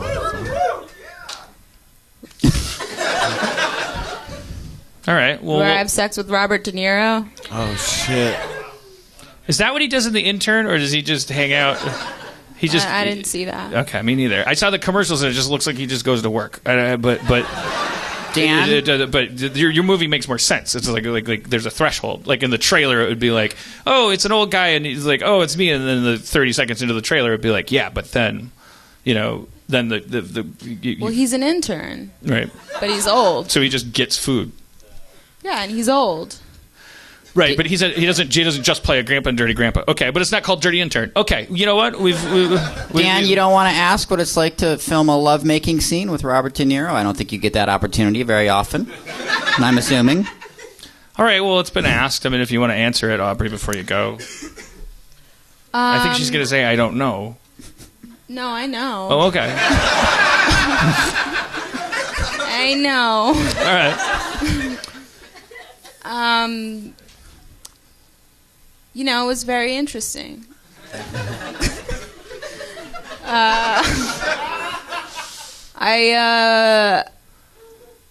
At one point, I put his entire nose in my mouth, and I sucked on it really hard, and then I threw him down on the bed, and it just started gushing blood all over me. Wait, what? You... That's not in the movie, though. Is it going to be in the blooper reel? End credits? I don't know. His nose ended up in your mouth on accident, no. or you were like sucking on it because you're such a dirty grandpa, and you're like into the scene. I was just trying to be creative. and then some unexpected movement happened, and his nose like broke in your mouth or something. I don't think it broke. It just I set some kind of geyser off inside. Wow. You squeezed loose some kind of. Did you freak out because you made Robert De Niro gush blood? Yeah. I would too. Yeah. Yeah, it was weird. It was awkward. And then he just said. He just yelled for an ice cube. Can I get an ice cube? Can I get an ice cube? Can I get an ice cube? Yeah. Can I get an ice? Can I get an ice cube, please? Thank you. I'd like. Can I get an ice cube? Is that? Did he say it like that? Yeah. Where he repeated it a lot? Yeah. Did you apologize profusely? No, I not really. No. Really? Why? I mean, it wasn't. I don't know. Maybe it was my fault. Maybe I should have apologized. I don't know. I was just in character. Yeah. Get it. But he wasn't. He was like, I don't know. I don't know. And he wanted an ice cube, and then he was probably grateful just for the experience. I'm sure. He's a sweet older man, and he's happy to be out there working with the kids. Yeah. And that's a story he has now. As long as he didn't endure any permanent harm, he's probably happy it happened. Yeah, I don't know. It probably didn't even hurt. I get nosebleeds all the time. Yeah, I don't feel any pain. Yeah, it was. You should let yourself off the hook. Yeah, I was just trying to, come up with some interesting, anecdote about it. Just, Did you make it all up? Was the whole thing made up? No, it's true. All right. Well, you didn't. Yeah, it happened. And Yeah. You're saying I should have picked a peek of their reaction and said, Aubrey Plaza, ladies and gentlemen, No. she's gonna leave. No. But how do you? No, I just. it was it was a weird thing that happened, so I just thought I'd tell you about it. Yeah, it's the kind of thing you would talk about on a talk show, right? Yeah, That's- like right now. Yeah. But Kimmel would know what to do with it. Let's be honest. Yeah. Yeah, and I don't. That's not gonna hurt me. You saying that? I don't consider myself in competition with him. I think that what I do is more art than science. I think he's more of a scientist. Did he did you have any interactions with De Niro? I mean, even before you bite his nose and have it spout blood into your mouth, it's already weird just to meet him on a set. It was weird. It was weird, yeah. What's your first interaction with him like? Does he come out in a bathrobe and go? Yeah, he goes, "You want to do this? Ready to do this? You want to act with me?" And then you said yes. And then he. I don't know. We didn't talk. We didn't braid each other's hair. Right. Did you see his nose as a cartoon roast chicken when you first met him? Yeah. All right. But in the movie, is that the only scene? So was it literally he met you and then you guys were doing this scene, or the whole movie is I'm a supporting character in the movie, and the whole throughout the movie, it's just his character is I'm gonna fuck you, And I'm like, I'm going to fuck you too.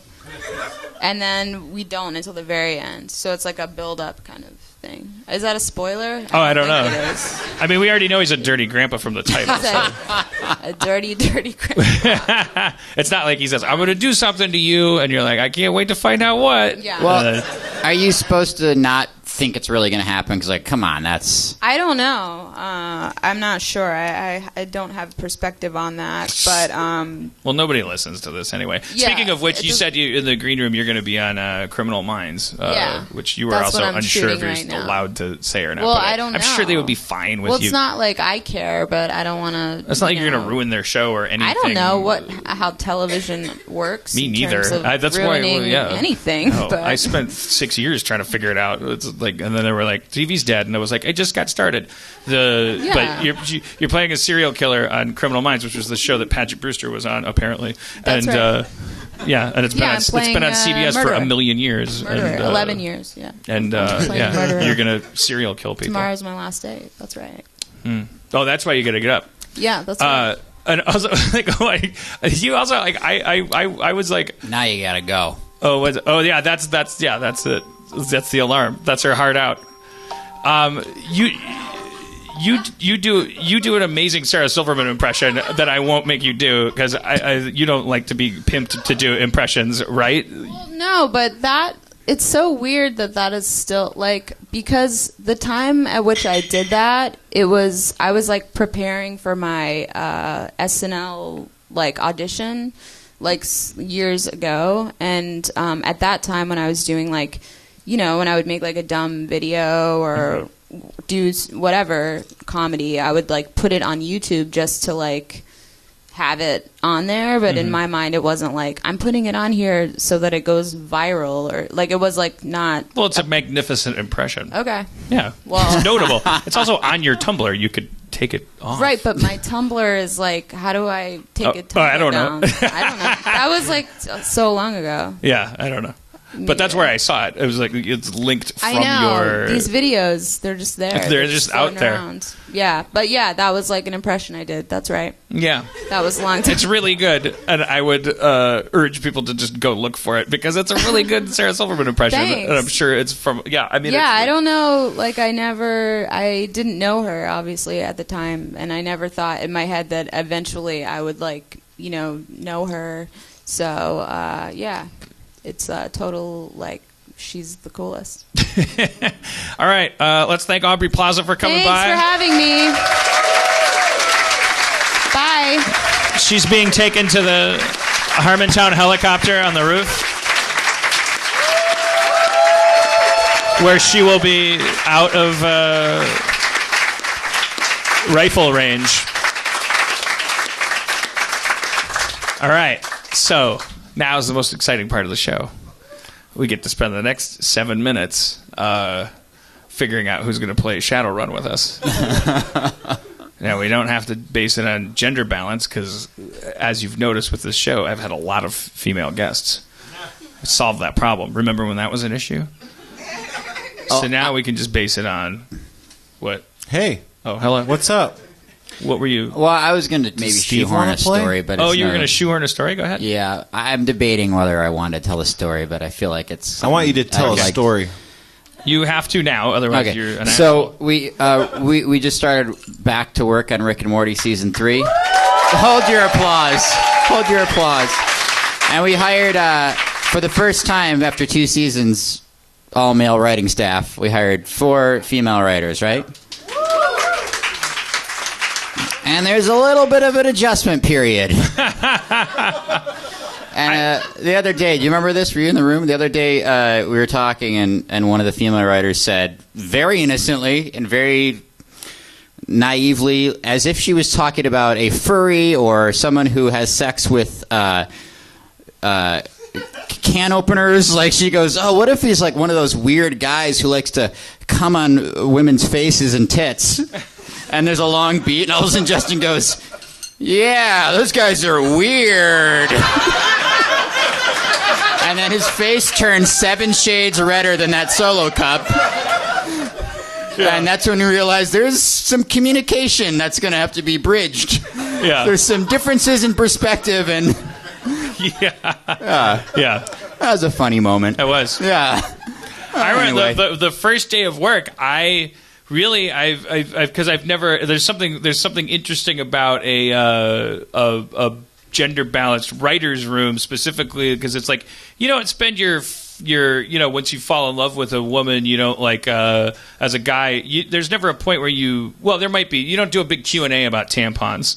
Like you don't go like, how does the applicator work and all this stuff. Like it's kind of something you can get to 42, as I discovered without really knowing. And it just kind of came. It was just sort of like a field day. I was like, all right, explain that because we were talking about a story about Summer, the possibility of Summer doing a vodka soaked.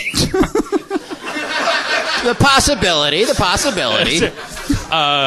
a 17-year-old girl in the show, and it's like we're very hands-on about because it's easier to do for guy writers with a 14-year-old guy character. It's just like we've shown Morty is very much an authentic 14-year-old boy, like sexually speaking, but Summer is kind of like she's and I think we were smart to do this and judicious. Like we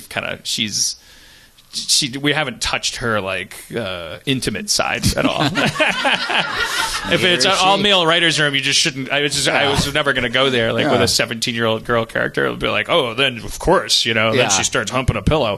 When you start breaking a sweat when you're talking about story ideas, probably they're not going to get a lot of comedy. But now we have half and half. It's like a full representation of everything, so it's nice. It's like started talking about it'll probably never. It's not like we're going to do an episode about vodka tampons, but the conversation came up, and then it was like that led to holy shit! I have 95 questions about tampons, and I got them all answered within 5 minutes.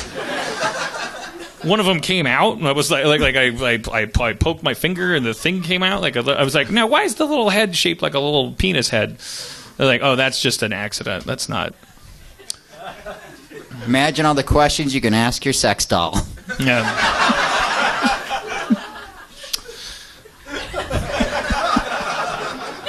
I mean, we also talk about other stuff too. It's not why we hired 4 women. They got good ideas.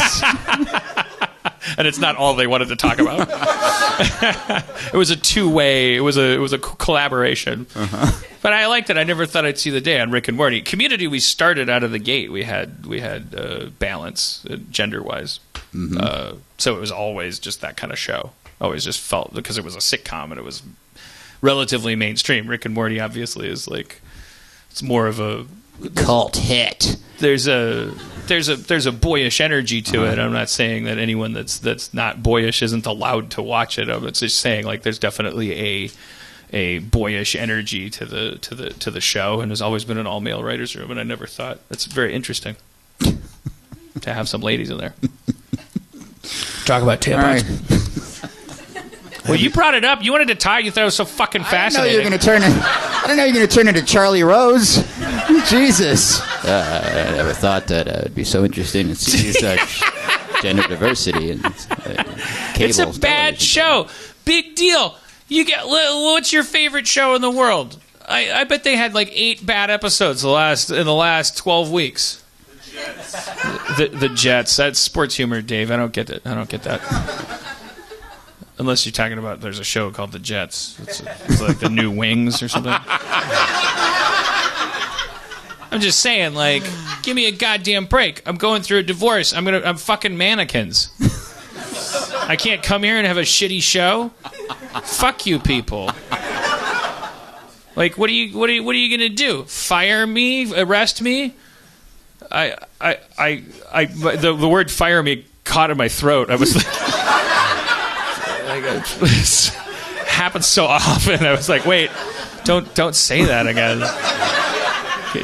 They could figure out how to fire you. Well, what are those people doing on Twitter? What do they mean when they go you're a bad person, you tweeted wrong, you did a bad thing? I'm like, well, what are you gonna do now? I don't understand what you're gonna do. I'm just so why would you? Why? How small is your brain that you would be like, hey, I wanted to let you know that you morally disappointed me. Yeah, that you are a pettier person, and I'm letting you know through Twitter because I'm an arbiter of Twitticat. You don't get it? Like, I mean, I don't know. I get why someone would just anonymously log on and go to Tom Hanks like, fuck you, fuckface. You get a small dick, baby. Let's make that like a box of chocolates, bitch. I get that. That's vandalism. That's like, oh, if I could just get through to somebody. But it's like these people, like, really, honestly, if you hooked them up to a lie detector and said, are you just doing that? They would say, no, I'm not just doing that. And the lie detector would not go off. They would be telling the truth. They would be like, no, I'm a good person. And I'm good at life, and I like this person. I read about him on a hashtag or a dot slash, and I clicked over here, and I'm giving him 2 cents, and there it is. There's my 2 cents. I just don't get it. Yeah, man. I've never done that in my life. It's like YouTube comments. It's like, I mean, sure, you're not the guy who's writing the YouTube comments, but you can't say you don't understand the impulse for anyone who's a fucking idiot to put those words up there just because that's what they feel like doing. In a certain amount of the cases, though, I can absolutely say I don't understand. I do not understand. They got thoughts. They gotta shit them out because they don't have other people that understand them. But I mean, if you're that dumb, then you could be honest. You don't have to try. Well, they are. No, they're not honest at all. They're so self-deluded. It's like that's the thing. Is like if I was that dumb, I would just like run around the street and go like pants, shoes, to lunchbox, sky blue. I'm an idiot. Like I don't care about anything but myself. I love cookies and asphalt. Booga booga boop boop boop. Like I'd be so excited. People do that too, though. I don't know. I was thinking the other day that there's this thing, it's like when you exercise, you get all those endorphins going. Your body's like, I'm doing a good thing. And like you go on rides on an amusement park and it's like adrenaline is good. I'm having fun. And like you get in a fight and like your blood is rushing and you're on this high. You're like really intense. I feel like the internet and yelling at people on the internet is giving people like a tiny hit of that. Like I'm going out to beat the shit out of someone, except there's no harm in it and there's no danger in it. So it's like, why would you, if you could pick any fight and never get hurt, why wouldn't you pick fights? And I feel like maybe some people it just are seems falling like they into put that so trap. much into it other than just going like, because that's the equivalent of going like boo. I do it for the applause. Like you could just go boo. But they type boo and it takes them like 20 minutes. They think, yeah, that's how they talk. It's like they wouldn't just say boo. They'd be like, actually, what you're saying is it's wrong if you're in Spain. So keep a note of that next time you're in Spain. That's just like that's what their thought process is. It's not your thought process, but it's theirs. It's bad probably, but. And then a healthy person, aside from going nowhere near Twitter, which is like, okay, conversation over. Because what the fuck do I have left? Because I already go nowhere near Reddit. I already go nowhere near Tumblr. I go nowhere near anything. So aside from just this thing of like, don't get online. Go fly a kite. Go climb a rock. Okay, great. Then the good guys win. Like when I'm like throwing a football in the yard and dying of old age with my dogs. I'm not online because. Yeah, that's great. That's healthy. Awesome. And then it's like, so then second to that is like, well, don't feed the trolls. So that means, okay, I know what that looks like. That looks like me going every 3 hours. Hey, CISO's coming up. I got this project. Hey, here's an interview with me. Why not? And then I just hire a publicist to just do that for me. And then they just go like, so then I'm just another account that just goes like, hey, where are my tweeples at? I'm about to eat a chocolate bar.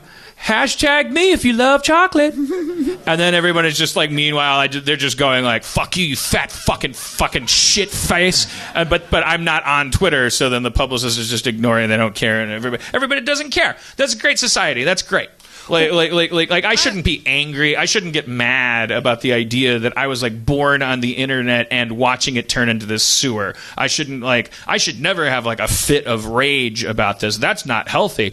You should always be unaffected by everything. You should just lie to people. You should never tell anyone your feelings. You should never express your feelings. You shouldn't feel your feelings. You should hate the internet. You should all use the internet, but you should all hate it. We should all therefore simultaneously hate everything that we constantly do. Let's all live a fucking lie. Let's all twist ourselves into a balloon animal where we constantly think one thing and say another, and we'll enforce it amongst ourselves by judging everyone who accidentally says, like, this is fucking retarded. This is insane. You're being rude. You're a rude person. I don't like you. I'm having a bad day. I fucking hate you. You're stupid. You're a stupid person. You shouldn't value television this much, and you shouldn't think that I'm an elected official to the point where you could, like, tweet me and let me know that I'm a bad person, and then, like, and think that something's going to happen. Like nothing's going to happen ever. Nothing's ever going to happen. It's never. That's sad. That's a sad thing. Get angry. Get mad about that. Like nothing will ever happen. You're just typing "fuck you" at Tom Hanks because you saw a TV guide that offended you. That's what they want. Stop it. Get mad. Kill yourself. Kill yourself. Just kill yourself. Not if anyone who's listening is suicidal depressed. I'm not talking to you. Don't talk to somebody. But I'm talking about the people that are never going to kill themselves. It's telling them, kill yourself. Start. You know what? Before you even get there, dip a tippy toe in it. Just tweet like fucking like at yourself all this shit. Like scrutinize yourself. Say like I'm a shitty person. Like go. You just go. That's what. Isn't that fucking what Twitter's for? Like fucking like type instead of like scanning and going like, oh, that's racist. You're racist. Just like how about like an easier source of like outrage and go like I'm racist. I'm racist. Look what you just did. You contributed. I once tweeted something pretty biting at Ted Cruz. Nice. I hate that guy. Me too. He's a bad person. Yeah. He looks like he does stuff to kids. Have any of you seen him? Are you fucking kidding me? I mean, I'm not saying he does, but that's what he looks like. Well, and I look like I do stuff to kids. A lot. I look like I love it. I do. Look at me. If I step onto a playground, shoot me. Based on what I look like. I mean, that happens. I just want to swing. So we're going to play Shadowrun? Yeah, and we need 3 helpers. Oh, yeah. Who's it? You're waving, Levy. He wants to play. Hey, Levy, come on down. Oh, Levy, come on up, Levy. Hey, you waved, man. Hey, Levy, how's your mouth? It's okay. I can't really move it much. I had oral surgery. He doesn't sound funny like he used to. No, I sounded pretty funny at first, but I still don't have full muscle control. How's the Vicodin? Oh, it's great. Steve's on Vicodin. I don't do drugs, but today I was in pain and I didn't eat anything. I wasn't thinking because I don't do drugs. I don't know these things. Fucking took a Vicodin. He's been for like 2 weeks. He's been like everything he says. I laugh because he's like he's been on the show before, but you don't know. Like you hear him every day. He's always like, okay, so here's the thing. We gotta do this. We gotta do that. And I go like, oh, do we have time for that? I think we absolutely do. And I go, I think I'm a terrible piece of shit and I should kill myself. I don't think you should do that, Dan. I think the world's counting on you. That's true. And that's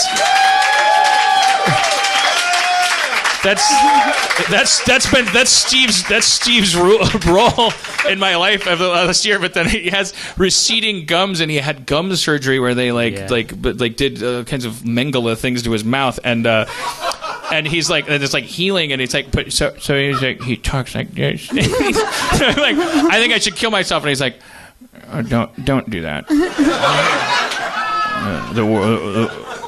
The world's counting on you. It's like getting a pep talk from Aubrey Plaza. It's like I felt a bullet going faster out of the bullet. I thought you said I had a cute voice. Well, I'd say it's adorable that you're so like that. I didn't realize how based on your voice it was. Oh, all right.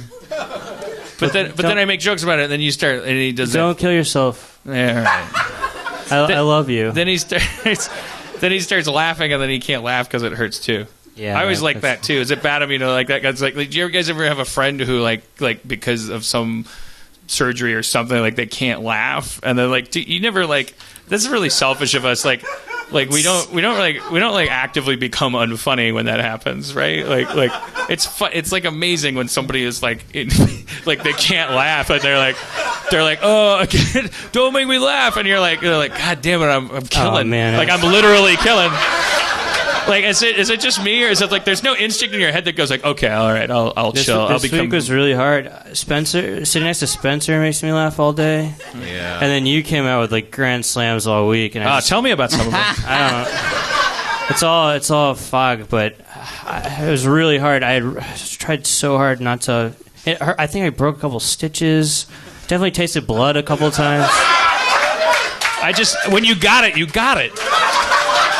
I'm sorry you're in pain. No, that's what it's like working for one of the funniest genius, people. Yeah. Fuck. Yeah.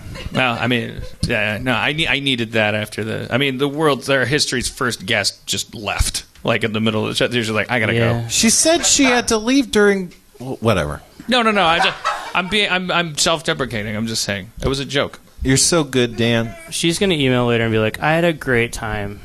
No, I know she had a good time. I was doing a bit. Come on, you guys. You're making me feel bad for fishing for somebody. Don't kill yourself, Dan. I was doing a bit. The bit didn't land. The audience felt the same, obviously, is what we learned in that moment. It was a bit. All right, so we got Levy. Let's get two more people. Let's base it on what should we base it on? Oh, let's base it on distance. Did anyone make a pilgrimage? Your hand. New York. All right, we got a guy from New York. What's that? Oh shit, Canada. Billy. Base it on the people who don't have seats. All right, well, let's take New York and Canada and get this over with. Sometimes there's a guy in the back that's like, Liverpool! We're going to be in New York this week. I got my ticket for Friday. Oh, sweet. All right, so when you're not writing 40 years of classic horror novels... Actually, guess my role. Wait, I don't. Hunter Thompson. Okay. Well, obviously that's a compensation for the fact that without any props, you look identical to a lesser author. A lesser author? I'm down here promoting my graphic novel. I hope Stephen King wouldn't be mad at me for saying he was. All right, fine. Sorry, Stephen King. These guys are bummed out over here. All right. These guys are bummed out. That's what I do. I burn bridges. Oh. Now I'll never work with Stephen King. It has pictures. So is this just like the regular it's a book, but with book, pictures? They call it. Is that? I'm sorry. Are you the artist or writer? Yes, I adapted the graphic novel for Fear and Loathing in Las Vegas. Oh, okay. Well, let's plug that then. Are you Troy Little? Yeah. Okay, it's Troy Little. Look, Fear and Loathing in Las Vegas, and we're in a comic book store, so I'm assuming that's out there somewhere, maybe? Yeah, just out there. If you walk out there, you may find it. Okay. I don't think they let them leave that way. But you'll come back next week, and yeah. Cool. Wow, that's interesting. What a tough job. That must have been hard. You drew it and wrote it? Well, Hunter Thompson wrote it. Well, yeah, all right. Yeah, you're right. I did. Yes, I guess I meant like you I'm did on his coattails. You did the adaptation job on the writer side. Like that's pretty amazing. This looks like impressive. What do I know? But this looks great. Did you like the movie? Movie was good. Yeah. Book's excellent. Movie was good. Yeah. We're actually doing a little mini tour here. We've got the red convertible out front, and we're driving to Vegas on Wednesday, kind of doing a recreation of the whole Gonzo tour. Cool. A recreation. I really want to play Shadowrun. Let's do this. You were waving your hand in the booth. I know. Yeah, because he wanted to play Shadowrun. But you got that pained look on your face. Like, I can't talk to a guy who adapted no, you can. You're selfish, Steve. You're selfish. Okay. I mean, what have you ever done for me? Everything for the last year. Yeah. But lately. Who's this fella down here? Hey. What's your name? My name's Aaron. Aaron. Yeah. All right. Well, kind of a bummer, but I get that. But that's not. What am I supposed to do? Walk around in a bubble? You're the one from New York. New York. Okay. Yeah. We know. I won't ask what it's like there. I know there's a lot of buildings and they're tall. Doesn't smell great. Okay, Yeah. great. Well, thanks for joining us, guys. Let's hand out these character sheets and let's really knock this one out of the park. Let's really knock this one out of the park. You know, it's been a bad show. You guys just fight it out. Just figure out what you're doing there. That pile of pile of you can folders. take one. It doesn't really matter. Yeah. Nothing matters. Nothing shit. matters. But I'll tell you what, man, that Harmon Quest thing is turning out sweet. Oh man, you guys got to see it. Aubrey Plaza was on it. Thank She was great. You got to She was see it. great. It'll be great. It was great. It is great. It'll great. All right. And Spencer's really risen to the role of executive producer. Oh, that's very kind of you to say. Yeah. Yeah. I'm going to go without music, just in case Dustin is looking for music. He should stop. All right. Last time. Oh, wait, no. This one's from Peter Smith. Peter Smith. Thanks, Peter Smith. Last time on Harmontown. After finding the stash of MP3s, the team found themselves on the run from the law for the murder of an innocent security guard. But Dr. Friend had a plan to shake their tail. Turn left. There was the talk of a trip to Tacoma, but instead the car screeched its way back to Hank's last stand. Back at the bar, Eve haggled with Hank over the price of digital music. He said 6, but due to the possibility of seafood, she heard 8. Wanting to get asses in all seats, Hank agreed and the team was rewarded. With the job done, where will the runners head next? Will the budding love between Friend and Nightblade blossom? Will they find the man who tried to pay them with a ghoul magnet? Find out now on Harmon Thing. I gotta say, I listened to last week's episode on the way here, and that seems like kind of an old... Nightblade went to the bathroom. Hortigard lathered. Now we're caught up. And then he said he found a map on the back of the soap dispenser. I mean, allegedly, he might have heard that. Well, he's not allowed to do that stuff. That's what I said. And then Jeff said, cliffhanger! Are you saying as the game master that there's no map? Well, I don't know. Let's ask Hortigard. He's the one looking at the soap. Which one of you is Hortigard? Hello. Hello. What are you looking at that soap dispenser so intently? I have a sense about it. It feels important. You were so chatty a minute ago, and Yeah, it's a very engaging soap dispenser. I'm all about it. Can I attempt to mind link with the soap dispenser? It does not have a mind. Okay. Well, now we know. Yeah, you found that out. I really want to start our next shadow run. This How guy. do we? Fuck.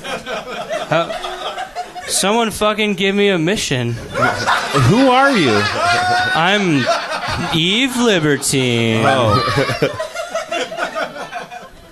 all right, I leave the bathroom and I go find Eve Libertine. She's standing saying, "Someone give me a mission. Someone give me a mission." Hey, you want to talk about something for a while? Yeah. Go ahead. We need a. I want to make money. And Oh, Steve. I accidentally killed a person, I think, in the last mission, and I got a real taste for blood. All right. Well, typically we don't make our own missions. We get called with I one. know all these kooky characters come out of the woodwork and just throw us in the mix. Can we solicit Oh, adventures? If we go around the bar and ask anybody if they need an adventure, a task, or anything? No, that seems professional. You guys are currently the only people at the bar, other than Teddy and Hank. I leave the bathroom Hackeye. and suggest we maybe call Hackeye and see if he knows of anyone in need. All right, who's gonna call him? I think Eve Libertine should call. All right. Spencer, Yeah. how do I call? You have a comm link. It's like a phone. All right, let's do it. Comlink. Who am I talking to? Hack guy. Hack guy. Hat guy. What do you want? I'm sitting. Hey man, I'm sitting at the bar 5 feet away. It's this Vicodin. Do you know anyone that wants to take us out to kill a bunch of people and make some money? No, I don't know about that. Shit. From outside, you hear a car. You hear a car pull up. Uh-oh. A car pulls up, and into the bar walks a middle-aged blonde woman in a drab uniform, the uniform of a corporate wage slave. She appears tired from the daily grind, and she seems to have gone a few days without sleep. She pulls up a chair and just holds up a hand, and Hank gives her a drink. See? That's how you get a shadow run. I gymnastics over to her.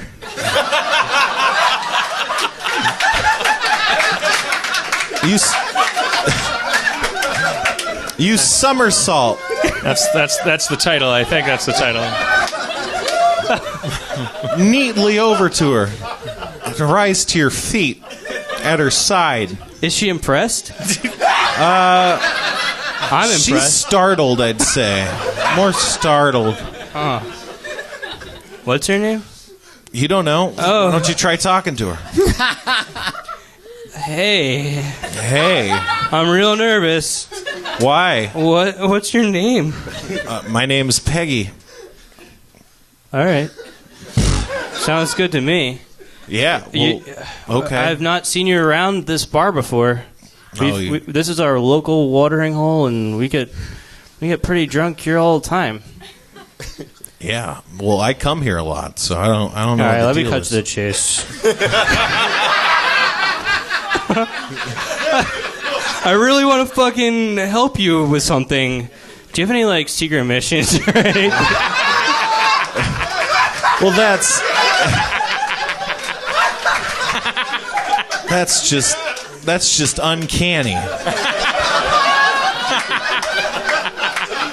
You know, I've been busy lately. I've been staying late at work, and also my daughter's missing. It's just been rough all over. Oh shit! Bury the lead. Yeah. How old's your daughter? 14. You don't know your daughter's age? That's a little suspicious. You know, it's been a couple months. What? Not since I've seen her, since her birthday. It's hard to keep track. I'm not following that. I cast Analyze Truth on her to see if she's telling the truth, because that's a little weird. She's telling the truth. She's clearly gone without sleep. She's a bit loopy or something. Something's off about her shit. aura. Mind probe. Oh man.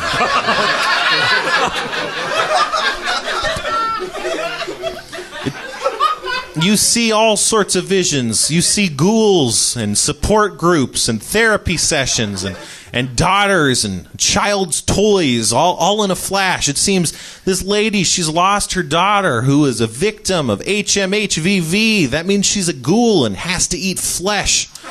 But she up and disappeared, and it's extra scary because she might be shot to death because, you know, zombie. Well, I got a lot from that. But we don't know. None of us. This is horrifying. I feel like my mind was just violated randomly. This is not why I come to the bar. Your life's like an episode of Ninja Turtles. I'll take your word for it. Sorry, that was probably me. That you feel that way. I need another drink. Next round's on me. Well, yeah, we'll happily help you out with this situation. Oh, listen, that's my friend Hordegard. He's a psychic, and hello. He was probably probing your mind. I don't know what he saw, but he's right. Oh, drinks wow. on us, and like you do seem like a troubled person, and we are a crack troop of, I guess, what you'd call shadow runners. I give Jim Nightblade the thumbs up, and I wink.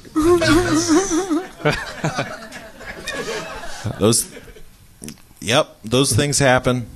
So you have a missing daughter, and again, forgive me for prying, but she is a ghoul.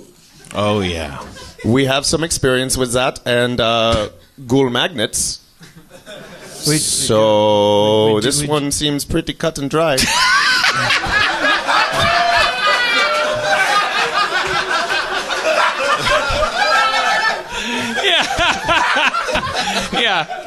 Yeah. I mean, yeah. so where did you last see her? And let's get the magnet. You left the magnet back at the thing. I think I threw the magnet. Yeah. I was angry at the time because it was a ghoul magnet. I wasn't thinking maybe we need it for a mission. Hindsight 2020. Regardless, we're good enough to do it without the ghoul magnet. Oh shit! Do what? To save your daughter, lady. Sorry, it's just very disorienting to have your mind read without saying anything. Hey, Dr. Friend, can you fucking help this woman out from her whatever just happened to her brain?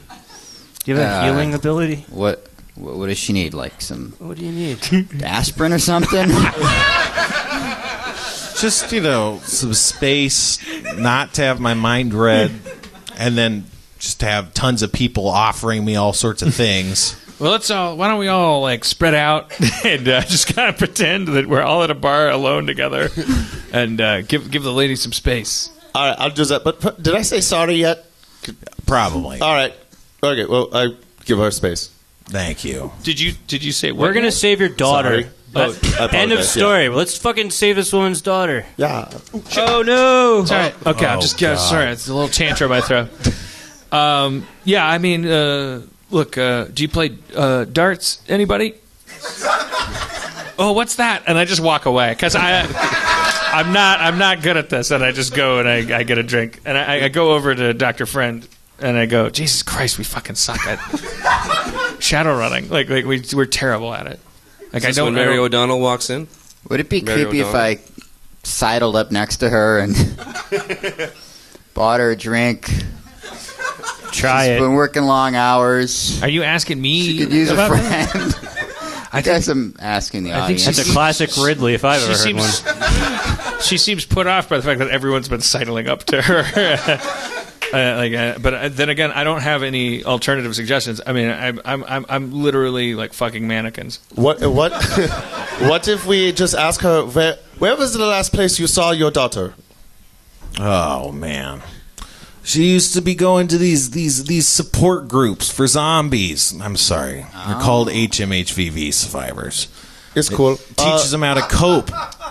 She used to be going, she went every week. She had a lot of good progress, but she didn't come back. Are they in the basement of churches and stuff like that? No, they have their own storefronts. It's like a real business, like Weight Watchers.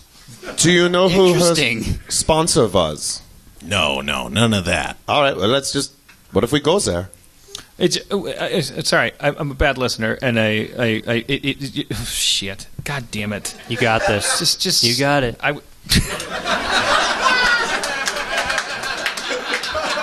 Excuse me for 1 second, ma'am. She said her daughter went to a weight loss place. Group. A support group. But she doesn't know which one. She was going to many. She was going to all kinds of. But she's a zombie now. What was your favorite one? She used to go to Flesh to Fresh, but Flesh to Fresh. She up and left. I went over to see if she was still there. Obviously that's the first place he goes. The last place you saw her. They said they didn't. She wasn't there. And then the next day, place disappears. Right. The whole place disappears. Let's go there and look for clues. Hold on. Will you just hold on a second? It's not a shadow running. Just give us 1 second. What's wrong with you? First of all, she's over-eager. Well, she hasn't even given us a job. We don't even know if she can pay us.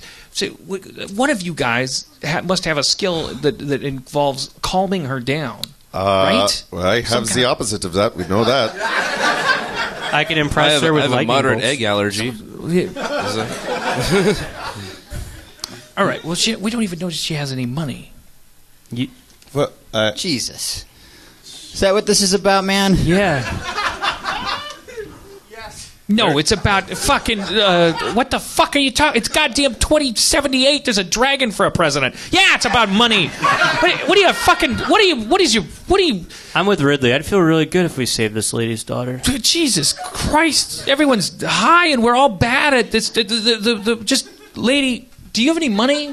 Yeah, I mean, yeah, I got all sorts of money. I got weapons. I'm a small arms dealer on the side. Oh, how did I not seize that one?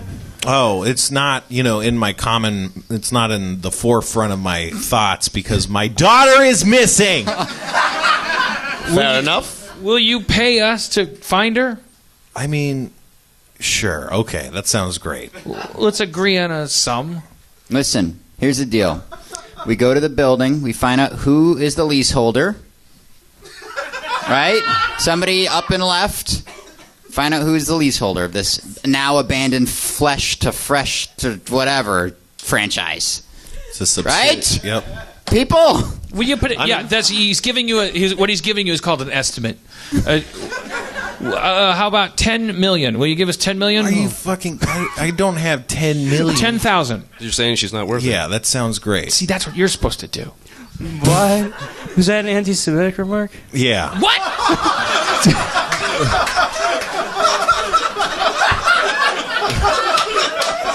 You're the face man. I am. I'm Eve Libertine. Yeah.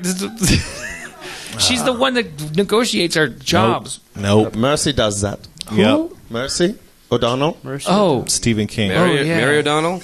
Mercy O'Donnell? Oh, Stephen King. Am I Mercy? I'm Mercy. Jeez, I'm sexist. Jesus Christ.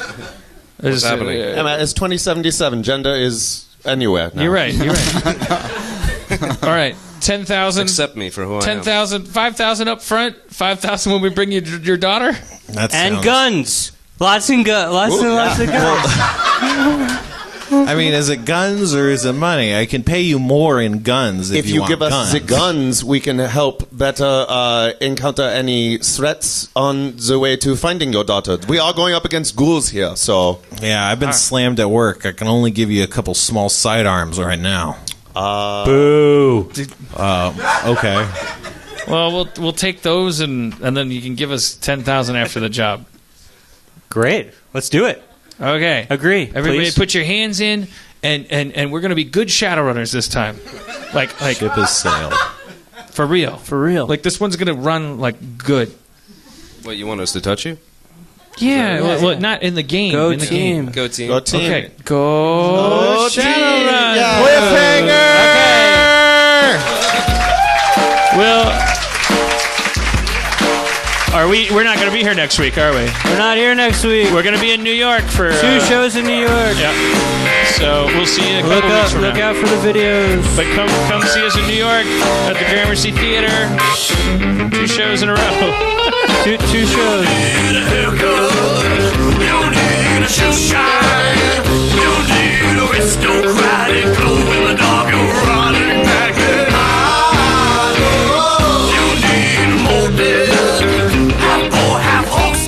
Did you get any of that? It's a good show.